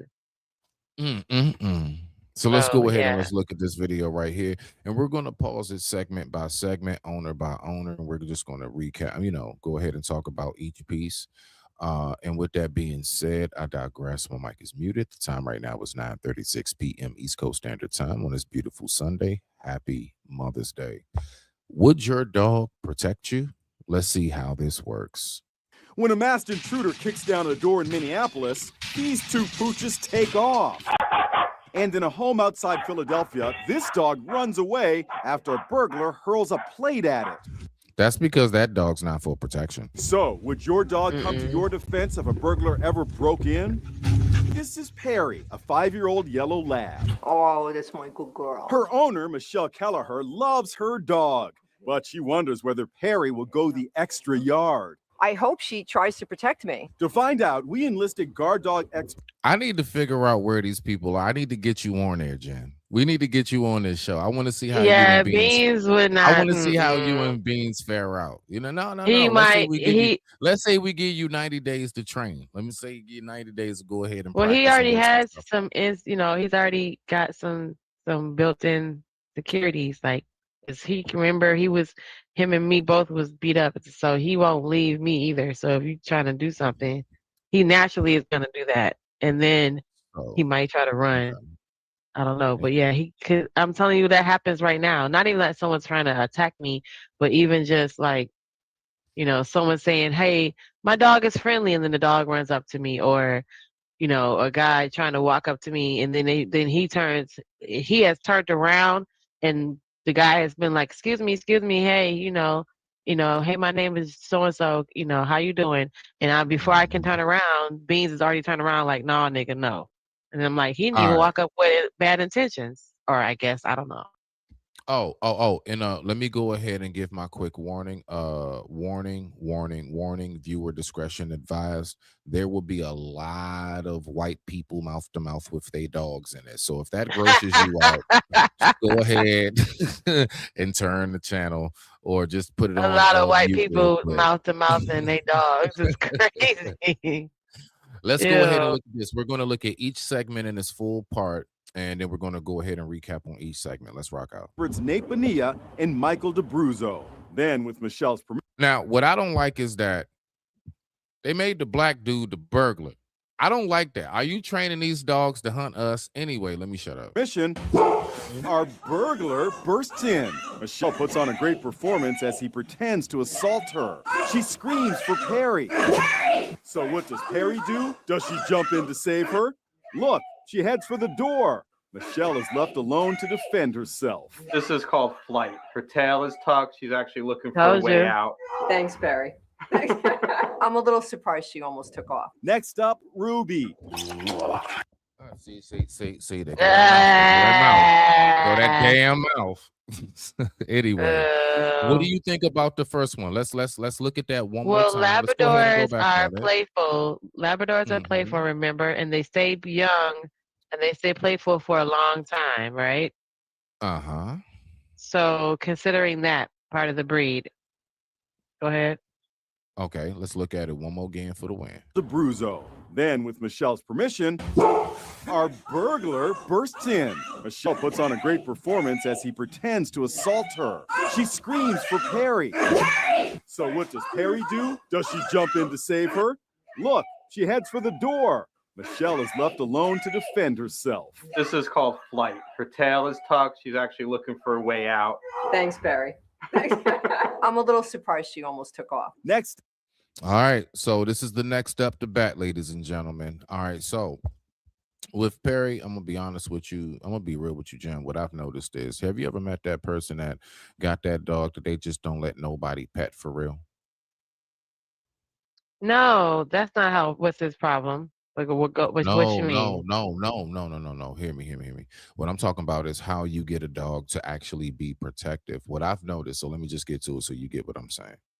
I've noticed that there are a lot of people. I used to be upset about it. Like I go to some of my homies' house, and I'm like, man, how come you always put the dog in a cage, man? I can't ever pet him enough. He's like, nah, I don't want nobody petting him. I'm talking about this is my homie.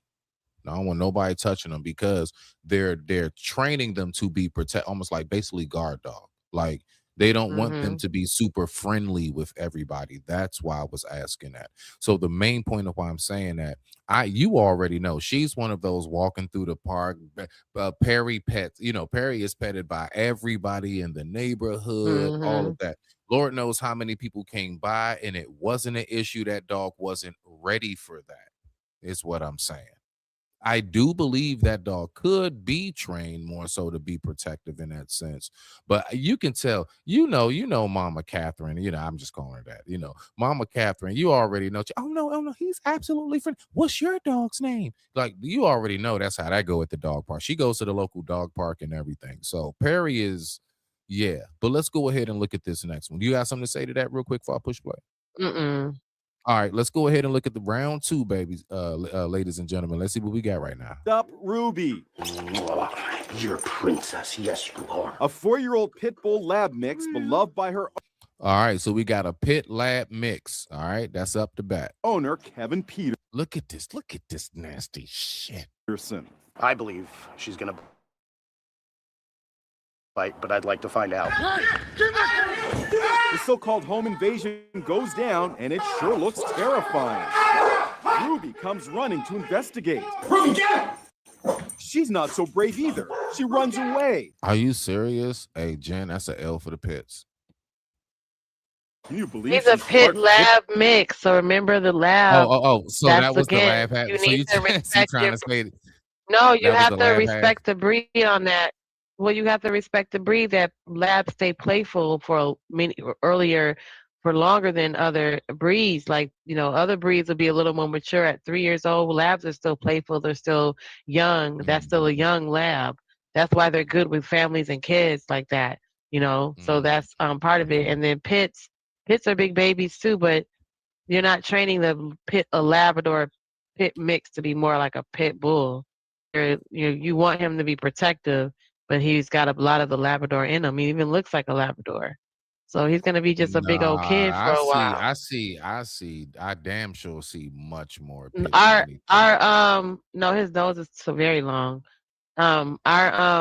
Our Labrador, she was a baby. I mean, she just stayed playful for a long time, like 3 years, where other dogs, by then, they're starting to mature and even calm down,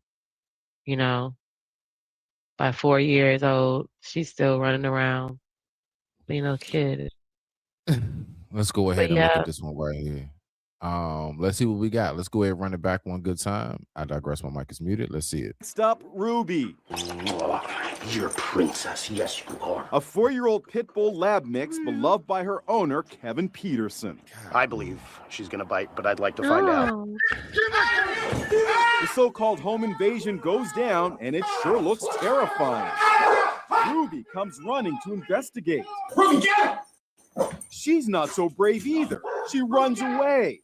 Can you believe she's part pit bull? Ruby was curious. She was I worried know. about you, but she was not willing to take on the attacker. I'm sorry, Kevin, but Ruby is a win. My dog failed the test. Now meet the duo of Frodo and Dobby. Ferocious. What you think? What you think, Jen? What I think about what I just said. What I think about Ruby. No. These two up next. What you think about these two up next? We got. I don't know. I can't see what they Not are. even close. I didn't see what. Who's a good boy? We got a Chihuahua. They live with Ellen Eykamp in Westchester. That look like a mutt. I don't know what that is. Hold on, let me play it back in here. No, he just said it, but yeah, he said it. Hold on. I didn't hear it. Let me hear it. My dog failed the test. Now meet the duo of Frodo and Dobby. Ferocious looking, not even close. Who's a good boy? They live with Ellen Eykamp in Westchester County, New York. I think Frodo is really going to go after the attacker. Well, we'll just see about that. Ellen puts on quite a show, and when they hear Mom is under attack, the two come running into the room. Watch as brave Frodo gets right into the mix. He even jumps up on our burglar and backs him out the door. Hey, where's the applaud? Oh yeah. Okay. Where's the Yeah. applause? Hold on a minute. Gotta give it up for them. Okay, Beans. Yay. That's what's up. Good Let's look at that. boy. Let's look at that again. Let's look at how that all unfolded. So to think, out of all of the dogs, look at the dynamic. Look at Batman and Robin. That's what I'm talking about. Let's rock out. Come running into the room. Watch as brave Frodo gets right into the mix. He even jumps up on our burglar and backs him out the door. They did amazing. Mike says Frodo instinctively does a guard dog technique called splitting.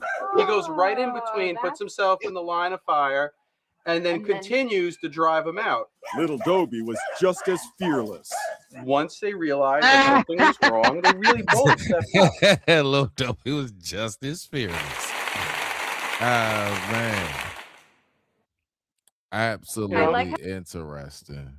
Let me listen to this. I think Beans will. Who'd have thought the littlest Yeah. dogs, including a Chihuahua, would turn out to be the bravest? Man, there you go right there. There you go Hey. right there. See, I can just go see. Tell him to start. Go see. Come here. You say what now?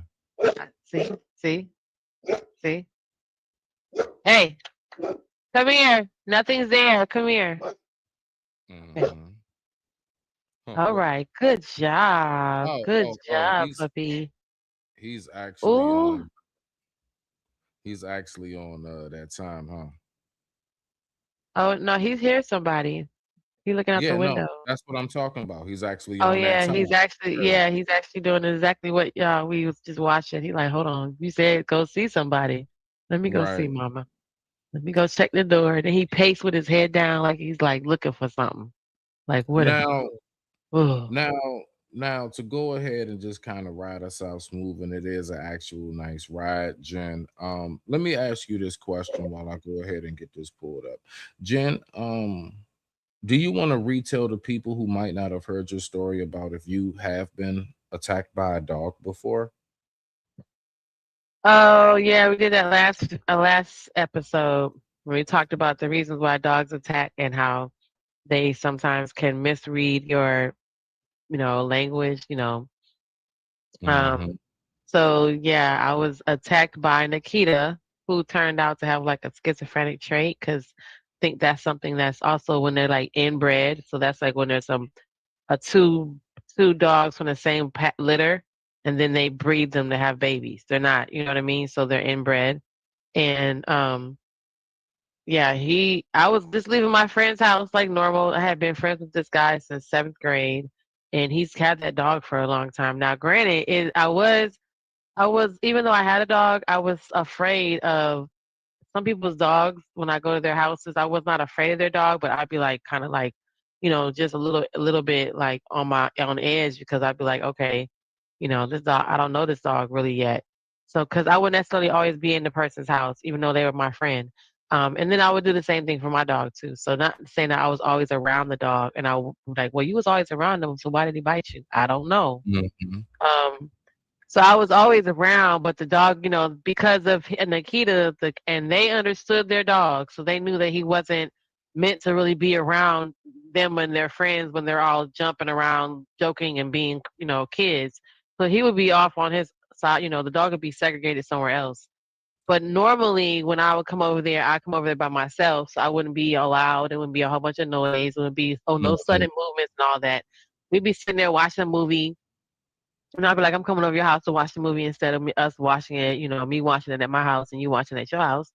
And then I would leave like normal, and I would always pet the dog on its head, and I would leave like normal. But just like when I told you guys, I went over the reasons why dogs attack, because he can misinterpret, or they become territorial, or they all of a sudden they feel something's threatening them. And I pet the dog on his head. And I'm only 5'4", so when it jumped up, it literally can reach my face, and it jumped up and bit me right in the jaw. And I had 4 holes in my jaw, but I had 2 holes that had went straight through. So that means he he pinched my cheek in his jaws. His 2 top teeth went through my jaw into my mouth, and then he released because I pulled away. I got home, and that was so terrifying. My face was black and blue, and it was bleeding, and I was shaking, and I could blow air through my jaw. It was 2 holes in my jaw. From bitten in the face by a dog. I did talk about the psychological fact, because remember we just saw it on this episode that the dogs people are afraid of the possibility of being bit by a dog. Well, now that's heightened after you've actually been bit by a dog. So now you're thinking that you're going to get bit again, which creates the fear that the dog can always smell, which makes the dogs react to you. So now you have this crazy cycle of being afraid of dogs because you were bit by a dog, which releases the hormone in your body, the chemicals in your body of fear, which all dogs can smell. So you just be walking around scared, emitting odor that dogs can smell that make them draw them to you. So, ironically, ironically, right? So this video, I'm not going to lie. This is one of those, it was just kind of late at night. And, one of the things came across the time feed. And I like the ride, the backcountry roads. So basically, ladies and gentlemen, to give you a quick prefix on what we're looking at. We're looking at a guy who rides his bike. Now, listen to this, and you'll hear him say it. You'll even see it. Guess what, Jen? This guy is a bike rider who is also an amputee with a prosthetic leg. Sweet. Yeah, so he's going to be showing us what it's like to protect yourself, and that's why I asked you about when dogs attack. Now, you may not agree with his methods or what he does, so on and so forth, but I don't know. It's one of those videos you just get to watching. Like, go ahead, pour your wine, get your little whatever you got to get, your goodies and stuff, your snacks, I'm telling you, because it's just a nice, chill, relaxing video to look at. So if you don't mind pulling that up right there. I'm going to go ahead and push play. And look, Jen, he is so daggone dramatic talking about how he got saved. He made it sound like he just nearly escaped the avalanche and was hanging on by a pinky and stuff, right? Sit your butt. But anyway, listen to this right here. It's very interesting. I digress. The mic is muted. Let's go ahead and look at this right here. Sit your butt. This is an air horn fail, y'all. I should have used pepper spray, but I didn't have it. Fact. This dog runs right through the barn. The Siberian Husky listens to it. He takes off, but this one comes right for my leg. And with the power of our Lord and Savior Jesus Christ, with his shield. He's so dramatic. I am saved through his grace. Right here, the shield of Jesus Christ protects me, and I emerge unscathed. This is a true miracle. It's not. It's the pepper spray you used, and it's the horn. There's no logical explanation. I have why I was Barkaway. not bitten and torn apart by this dog. It ran right Hilarious. through the horn. There was nothing protecting What you say? What you say? It ran right through the horn. It's crazy. me except Ran right through the horn. I told you, he's really dramatic. It's very interesting. Let's go. the shield of Christ. And because of that, I was able to survive this pit bull attack and live to fight another day. We're good. Here I'm being attacked by 3 adult German Shepherds. They're in a pack. I don't have my pepper spray, but I do have my air horn. I blast them, and this one runs right through and bites my artificial leg. It runs right through. I blast them. All you did was call them over to you. It's crazy. I'm being Horn, attacked those by a stop pack and of listen. German Shepherds. Teeth come in contact with the metal leg. And so if this had been my real leg side, I would have had to use more aggressive force. I can't afford a bite like that on the real leg. So they're pack animals. That one gets a mouthful of metal, and the other ones realize something's He off. stopped. so it jumps He's not away even and walks moving. away. And so I don't get mauled today because I'm part metal. She just said sorry, but that was after the fact, and that wouldn't have done a whole lot of good if I was getting mauled. If they would have knocked me down, if they'd come up from the She other said side, got my sorry. real leg, and I doubt she would have even been able See, to pause. So he Yeah. said, did you hear what he said? She said sorry, and that doesn't mean anything. It's because it's after the fact. I hate that because when that 110-pound Rottweiler ran up on us, and the lady's just calling the dog back, and his recall for her is not working. The recall for the male, the boy, the man, he comes to when the man calls, but the man wasn't there. So the woman was walking the dog, and I hate when people do that, and the dog doesn't come back, and he's not answering to them. And your recall is after the fact. Then you're like, sorry. He just said, you're gonna say sorry. By then, the dog is already mauling me, and I'm in the middle of the road. What do you mean, sorry? You should be already, running once your dog is darting towards the street. So I feel like, that pisses me off sometimes, man, because I'm responsible with my dog to make sure that he's just not randomly running up to anybody. You know what I mean? So that's just crazy. I'm awesome. Sorry, as he's driving down, but by then your dog is chewing off my middle leg, and I'm already laying. He said, yeah, if they had been they came to my non-metal leg side, then they would have been attacking me. She's talking about some damn sorry from the yard. She ain't even moved yet. She's talking about some sorry. What the hell you gonna do way over there? Let's keep 3 on rocking dogs. out. Hey, look, this is gonna be an interesting That's just ride. crazy to me. He ain't done. Let's go. able to stop them if they had gone into a frenzy. So here's a perfect Exactly. example where having a metal leg can be an advantage. Here I'm riding up a hill. You can see my artificial leg there, and I'm struggling. I've been riding for a long time, and there is a pit bull, and I didn't see it. You can see it in the video over there, and here it comes. This is when I realize it's there. I pull out the pepper spray and I spray.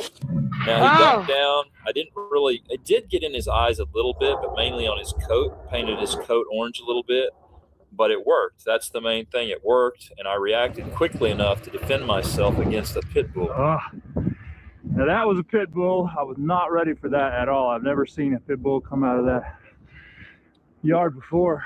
This dog rushes out into the road to try to bite me. It's not a pit bull, but I don't care. Regardless of breed, I don't like dog bites. I don't like the risk of infection or rabies. And so I got it really well. I got it in the face, which I've noticed is important because when you don't get them in the face, a lot of times they'll come after you I ain't gonna lie, that look like Cujo. again when you ride by. Cujo But was I overwhelmed it with such a Bernard. smell. Okay. It looked Cujo kind of like wasn't- Cujo. No, that's a freaking.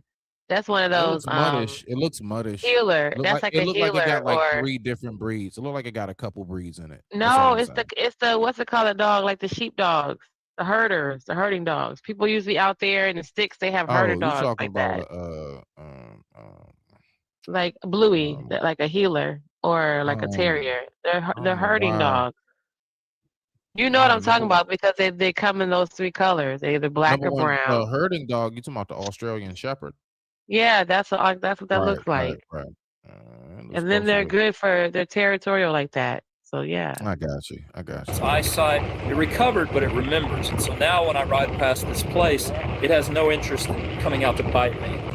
Right here, I'm passing that same house. There's about 10 dogs in this Oh, house. So I here he already sprayed comes. the leader. It wasn't a pit bull. Damn. This is a pit bull. And so watch This this. nigga I just spray, came. and this dog just about falls over trying to dodge that spray. It's not a leader. It's number 2. And by run training that this back dog again, like that, 'cause all it that had to nigga, do did he is slow see down? that spray and then smell that spray. It already smelled the spray on the other dog that went back to those other 10 dogs.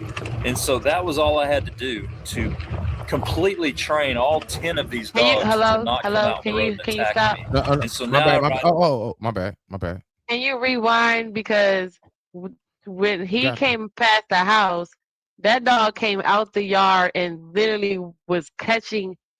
That's not It's real. right here. That's It's right here. crazy, yo. It's right That's here. crazy. Dog right here. Let's see. Right When he- here, I'm passing that same house. There's about Look 10 at him. dogs at this house, so I already sprayed the leader. It wasn't a pit bull. This is a pit bull. And so watch this. I spray, and this dog just about falls over Look trying how to fast dodge he was that catching spray. up. Yeah, but that was a quick duck too, as well. I ain't gonna lie. That was pretty swift of a little duck. I mean, right he there. came It's not out the yard though, and then was catching up to his bike. Mm-hmm. A leader. It's number 2. And by training this dog like that, all it had to do is see that spray and then smell that spray. It already smelled the spray on the other dog that went back to those other 10 dogs. And so that was all I had to do to completely train all 10 of these dogs to not come out on the road and attack me. And so now I ride by that house regularly, and I don't have any problems. As I pass this house, I notice dogs way back there in the backyard, and I don't think much of it, and I continue riding. But you can see from this camera that they come out on the road. I can't see that in real time. I don't even realize they're there until that one comes right up on me. And then I look back and I see there's 2 of them. I'm lucky I didn't get bitten, because with 2 dogs, one on each side, it's just harder to guard both sides at the same time. So I pepper sprayed immediately when the That looks closer to what you was talking about, Jen. Well, they come Those and look- try 3 colors. They come in. Remember, they come in that spotted color with the blue and gray eye, and then they come in a black and white one like that one. Those are But some they're beautiful dogs, herding though. But I dogs. wonder. Yeah. I wonder if that's hair or fur. I wonder if they shed a lot or not. Because I can't stand that shit. dog came up on me on my left side, turned around, noticed 2 dogs, then sprayed both of them. And so that made them go away. I like Australian Shepherds. I've owned Australian Shepherds. I've trained them to herd cattle, sheep, and ducks, and all these breeds. I said it. Yeah, I said it. Yeah, Like we Australian right. Shepherds, cattle dogs, border collies. Without a job, they just Oh, get bored and the they border will get collie. into trouble by chasing cars, pedestrians, and Yeah, I heard you. Yeah, border collie. The other one might have been a border collie. That's why it looked Maybe different. so. I forgot about that. Yeah, forgot about so. them. cyclists. As I ride my bicycle around this curve, a black and white pit bull is going to come storming out of the driveway. The owner's screaming at it not to. It doesn't listen. And bam, I pepper spray it. And Oh. it gets that pepper spray all over its face. It inhales it, gets it on its mucous membranes and its nose. It's very uncomfortable. It's learning. Say it gets it on his mucous membranes and his nose. It made a mistake. He is It's wild. learning maybe I shouldn't have run out in the road and attacked this man on his bicycle.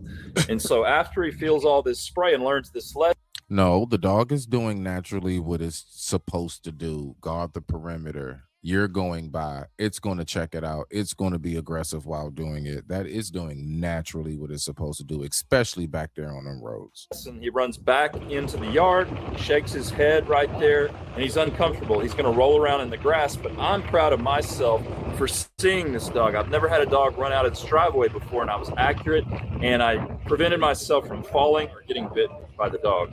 8 dogs are going to come out of this yard and try to bite me. One runs to my other side to try to bite my leg on my other side, and I pepper spray it right there, and it shakes its head. Let's watch it in slow motion. I get it really well. I get it from the nose all the way up his body. Let's watch this again a 3rd time. Jen, this guy is Oh wild. my I get it goodness. really well. This dude, And this is a man. pit bull mix. There's several of them. They're young.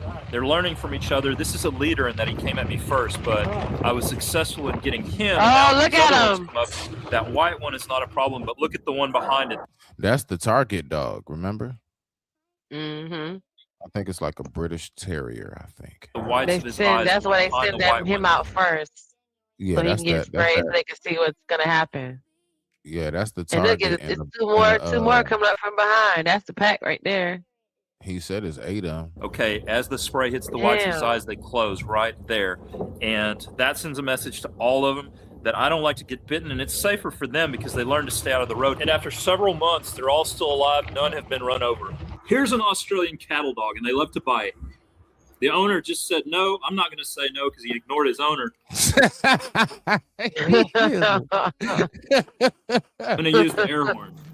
That works perfectly. I didn't need to pull out the trekking pole or use pepper spray. And this little kid has a dog that doesn't have pepper spray all over him or that hasn't been hit by a trekking pole. And, you know, when there's not a bunch of drug addicts in the house, I don't have to worry about using the air horn. I don't have to. Why would he say drug addicts? The air horn, because the air horn was scared the shit out of them. Worry about waking them up and them coming and chasing me down the road and acting irrationally because I woke them up and they're still high on drugs. This looks like a chaotic hornet's nest, not pit bulls, but still big and aggressive dogs. This one comes out in the road, not just pepper spray. And folks, I'm not taking a chance. I don't want to get rabies. And look at this white dog with the broken leg. Bruh, he is disrespecting people's dogs. Like shit. Like, what kind of dog owner lets his dog run around with a broken leg out in the road? That's probably how he got his leg broken. Probably got hit by a car. And here comes a dog in for a bite. Bam, I pepper spray him, save myself from getting bitten. I've never been by this group of houses before, and I don't even know if these dogs go with this group of houses. They may be from some houses down the road. It just looks like a chaotic situation to me. Then why are you riding through there? Anyway, I just wanted to show that for a little bit real quick. That's Yo, man, crazy. wow. He drives through looking for dogs, looking for stray dog areas. To pepper spray. That's crazy. But still, like, look how they are. The dogs are doing what they're supposed to be doing. So what's your thoughts on let me ask you this, out of all of the mother births and nursings, which one was the weirdest to you? The whale. Really? The whale was weird. That nursing. I never thought how they got fed underwater. That's crazy. Well, even That was down to different. I was actually wondering, you know, I actually always thought for a while till I actually saw it. I was thinking maybe they just come right out and eat krill, you know. Yeah. I didn't know that they had to. I mean, Almost they like have to how get I breastfeed. believe, just like I believe baby Cayman, they actually come into the world and the mother leads them or put them in the mouth, put them in her mouth and lead them over to where they can get like small fish along like the shore of the bank, you know, like the edge of the bank and everything, right? So yeah, or the swamp. So that's what I was thinking. That's like, no, oh, it's milk, but you're underwater. Like, really imagine that, Jen. Imagine you being underwater and somebody takes like a squirt bottle and tries to like give you juice or soda or something. Wouldn't even work, but it's amazing. You know, the one thing that I love about all of this though too, because it also too brings me back to how amazing God is as well. Like, think about it. Out of all of the milks, they said it's very thick, like a toothpaste. Like, God even designed it to where, like, now I'm gonna make sure this is set up right. It's not gonna be like the regular, you know what I'm saying, whole milk or skim. No, this is gonna be something. And then I also wonder, what would that look like? That'll probably be like Vaseline on land. Nah, for real, you know, like the texture, like I think it'll be like real thick and slimy. Wow. So yeah, nah, I would say the weirdest one for me. All of them. Which one would I have to say? I ain't gonna lie. I'm going with the anglerfish. I'm going with the anglerfish. Now, Jen, I know that you are a romancer, right? Yeah, you're a romancer. All right, well, let's go ahead and romance our way out the door. This is a short right here. I'm a romancer. It's crazy. Yeah. You're a romancer. Yeah. All right, I'm already hip. So we're gonna go ahead and pull this up right here. Oh, Jim, look, Black Lexicon said, I keep an air horn just for that keep an reason. air horn. What? Just for that. Just to be air horning people and shit and stuff. And then he said, what? You So can tell when a dog likes you or fears you. Yeah, they listen. I said, now I'm not going to never doubt it. Because, listen, I believe you.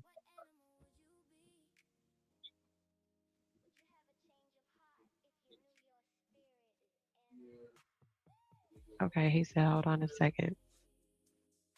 And he'll come back. Nah, just go ahead and take it upstairs. Take it upstairs. I'll get it. Okay, we ready? Oh, okay. You ready? Yeah. All right. Yeah, we're ready.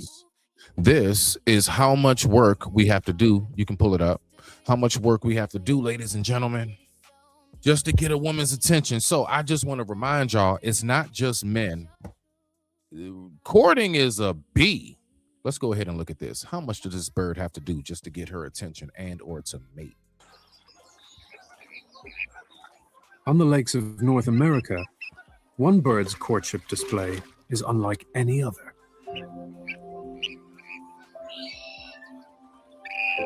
Clark's grebes. They've just flown in from the Pacific coast, and here in Oregon is where they'll breed. At this time of year, these sheltered freshwater lakes are the perfect place to raise a family.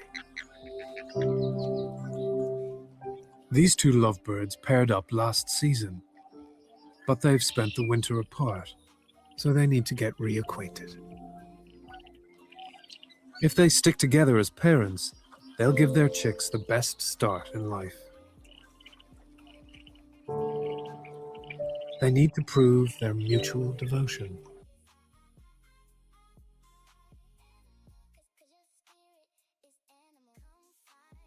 My bad. I was on mute. Message: if the parents stick together, the kids got a better chance at life. That they need to prove their mutual devotion is crazy. So they dance.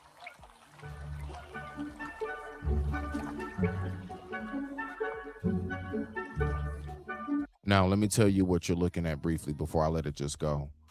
The male has to perfectly mimic every single thing that woman does. If he gets one step wrong, she rejects him.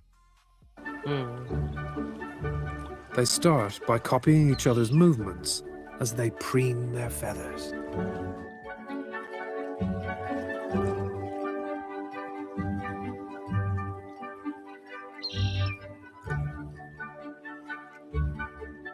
Then, to show he really means it, the male will find a fish and offer it to her as a gift. Yeah, we go fishing for you, bringing your food back. Oh, look, already putting food in the fridge. He ain't even with her yet.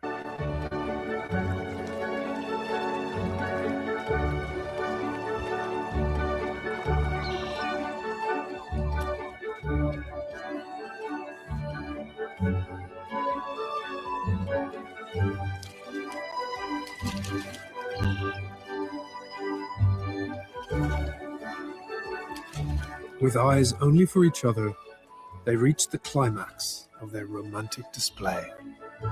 Climax is crazy.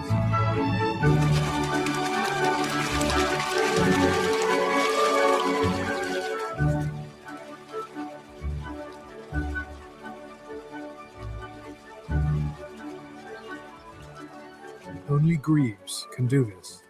No other bird this heavy can run on water. But this display might help them get their breeding cycles in sync. If he doesn't beat her in the race, she won't mate with him.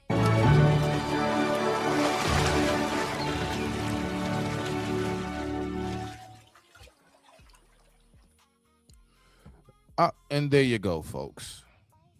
Jen over there. Look at y'all still up here talking about our requirements. I'm just thinking like that our requirements are not that hard if let's say birds are mating. Nah, but what's your thoughts on that? Oh, I just gave you my thoughts just now. You was talking about the burglar. I thought you were talking about beans. I'm sorry. Okay, so you I'm was talking about the birds, like our requirements. They, the woman wants you to open the door for her. You got to beat me in a race. Yeah, I gotta beat you in a race on water. And if you don't, not even on land, on water, we gonna really make it tough. It's Squid Games out here. And if you don't do every dance I do and mimic everything I do, then sorry, I'm not choosing you. Yeah, and you got to bring me a gift. Yeah, you better go get that fish. Show me you can bring that fish home. What? 3 was a little miniature. Oh, dog named Princess. Oh, okay. 3 was a little dog. Miniature dog named Princess. A family had today. Oh, okay. A family had today while I was out fishing. Oh, that's what's up. That's what's up. He said, I just wanted my attention. Okay, now, respect to you. Bark like crazy as I was walking past. LOL. Especially little dogs. It's something about them dogs. Nah, you know what trips me out? When they do that, all right, you start at, all right, so you walk in, you reach the end of the fence, boom, here they come out of nowhere. And then they hit you with that dart back and forth real quick while they barking. Go, go, go. Go, go, go. Until you get to the end of the fence. For little dogs? Yeah. Yeah, because they bark back more. And forth. Yeah. Their bark moves them. I know that big dogs don't. They weigh so much, so they don't tend to jump around when they bark. They kind of stand in one spot. But little dogs, their whole bark pops them around sometimes. Does your dog get something called zoomies? I'm just now looking into that. My cat gets. Oh no! All animals get zoomies. They have pent up energy. I'm now noticing that. I didn't know what zoomies was. I didn't know what that was. Yeah, and usually zoomies, like for cats, that's good when they have that laser beam, that little keychain, like something like that. Right. But now to help with that, that's why they have the lick pad for the dog, because that licking that pad and licking like peanut butter off that little lick pad, it calms them. It calms them down. It exerts that energy. It just needs to be shifted into one spot.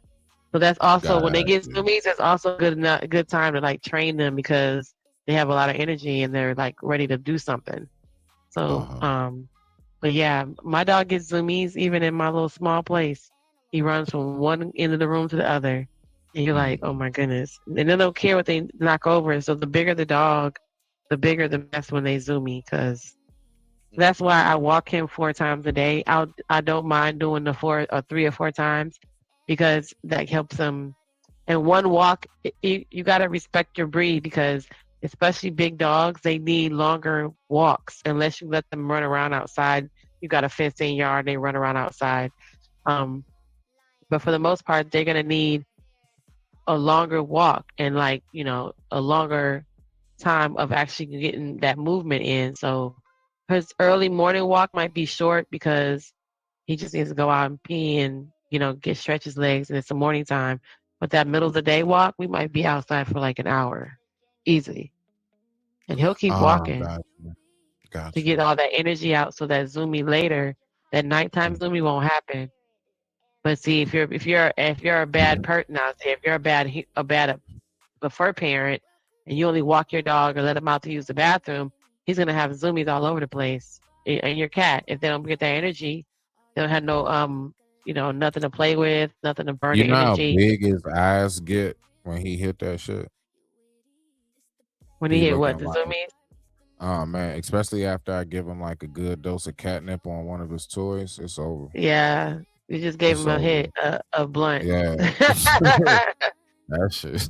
Like you gave him a shot. Big. Yeah, right. Eyes get real big. So and people don't understand, even sugar affects your dog like sugar affects kids. So you thinking just because you're getting them a pup cup, their energy levels get turned up like you just gave them a 5-hour energy shot. Okay, so You know, you think you always so cute. He can have a pup cup. You just gave him sugar. You gave him whipped cream. Most dogs are lactose intolerant anyway, so that's why they fart. However, you just gave him sugar at night, and now you're wondering why he's running around and he's gonna crash. He's gonna be running around solid for like 10 minutes, and he's gonna be knocked out asleep. So yeah, Zoomies is a big, you know. Yeah, Yes. when he gets that, luckily, you know, Michi is very fascinating to be a cat. When he gets the Zoomies, he usually then winds up going and gets Jeffrey. Jeffrey's basically just a small stuffed giraffe. That's all. I mean, Oh, Beans yeah, has a and I stuffed literally, giraffe. yeah. And Jeffrey's neck is all the way broken. Like it's there, it's all the way attached. Because whenever he carries them, it's always by the neck instinctively. So like Jeffrey head does not sit up at all. I'll show him to you one day on the camera or something. I'll show y'all Jeffrey because he brings me, you know, that's his regular, that's his everyday gift. At some point, he does this real wild, and then you know what's crazy? It's this one specific like kind of purr. It's like a purr. What's that called? They do. Yeah. Purr. It's like a purr. It's not a meow. It's like a vibrating whistle. It's crazy, and he only does that sound when he's bringing me Jeffrey, and he's literally it's doing that. offering. Yeah. He's like, "Where are you? I got Jeffrey." And it's like a.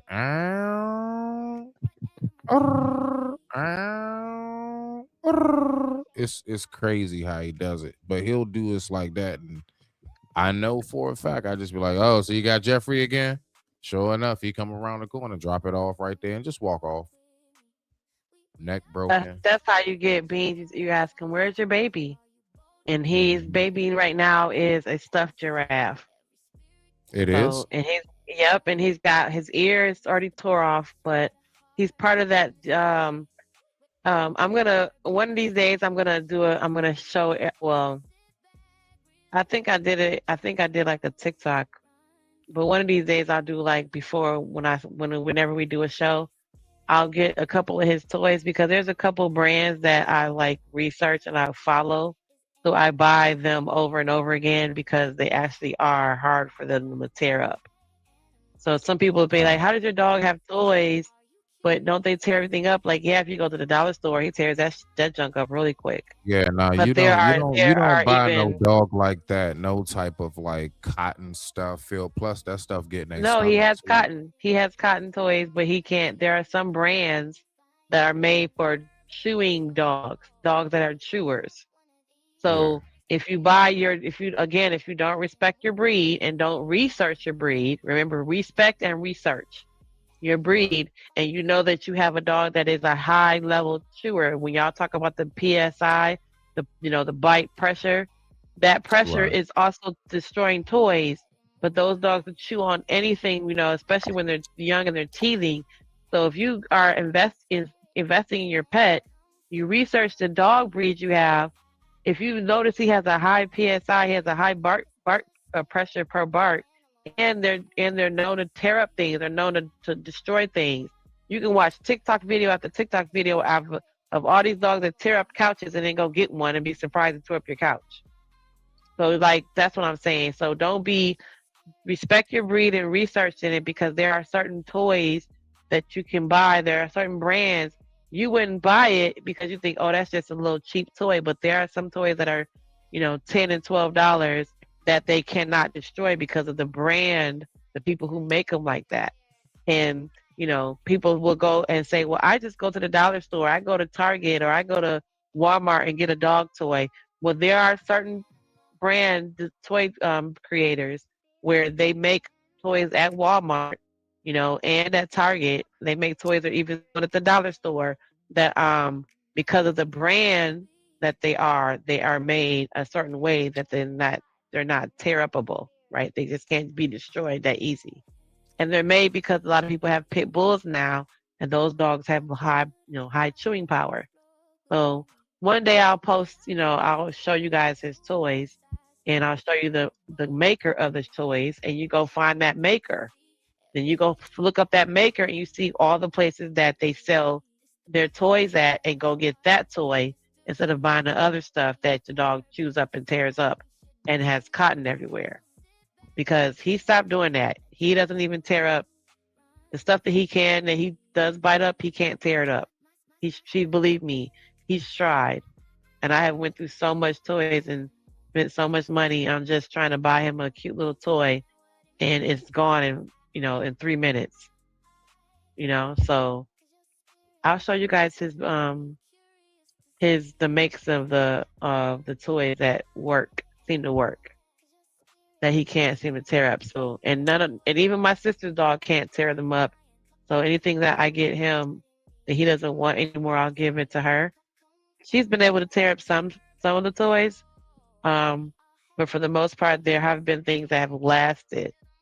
And we both have bulldog, we have bully breeds, we have terrier breeds. So I'll share that with you guys, my viewers, my fur parents. Yep, Okay. and Smitty's got cats, so I don't know what works for cats, to help cats chill out, but I got there's a all couple kind of different animals around me. there's certain animals they prefer. You know what I mean? You get a raccoon and you'd be like, why won't he chew the raccoon up? Or you get an alligator, you'd be like, but then they keep chewing, they like hump on this bear. You're like, they hump on the bear, but they won't play with the alligator. Like there's certain colors, there's certain textures, and there's certain toys, sizes, right? So I consider that as well when I buy toys for my dog, because I don't want to buy him something that he can just put in his mouth and get stuck. That's crazy, right? That's stupid. Mm-hmm. So they have to be so big for him to play with them, because anything smaller, it also resembles a small animal, right? So he's going to think, he already naturally thinks small animals are prey, but then I'm going to get a small stuffed animal, which gives him, they have to destroy something. They have to tear up stuff. So I consider that too, like what animal, how big it is, because I don't want him to be chewing on it. And then now I have to have vet bill because he's got something stuck in his throat. That's that's disrespectful. Yeah, that's unhealthy. Right. Yeah, that's not responsible. So you have to consider the size of the toy too, for your dog or for your cat or whatever, because they could swallow them. That's true. Well, my final words on this, Jen, for this evening is, you never know what nature's gonna give you. Right? Just like Forrest Gump said, ladies and gentlemen, life is like a bucket of chocolates, right? So you never know what you're going to get. And the evolution of creation is something I find to be extremely fascinating, and I will always find to be fascinating. So definitely I like to look up different animals and creations of life just to get a much more deeper perspective of what has always been here. And that's life. So with that being said, I digress. My mic is muted. Jen, it has been an awesome episode 4. Much respect to you, beloved. And thank you so much for having me again. All right. And on that note, y'all know me.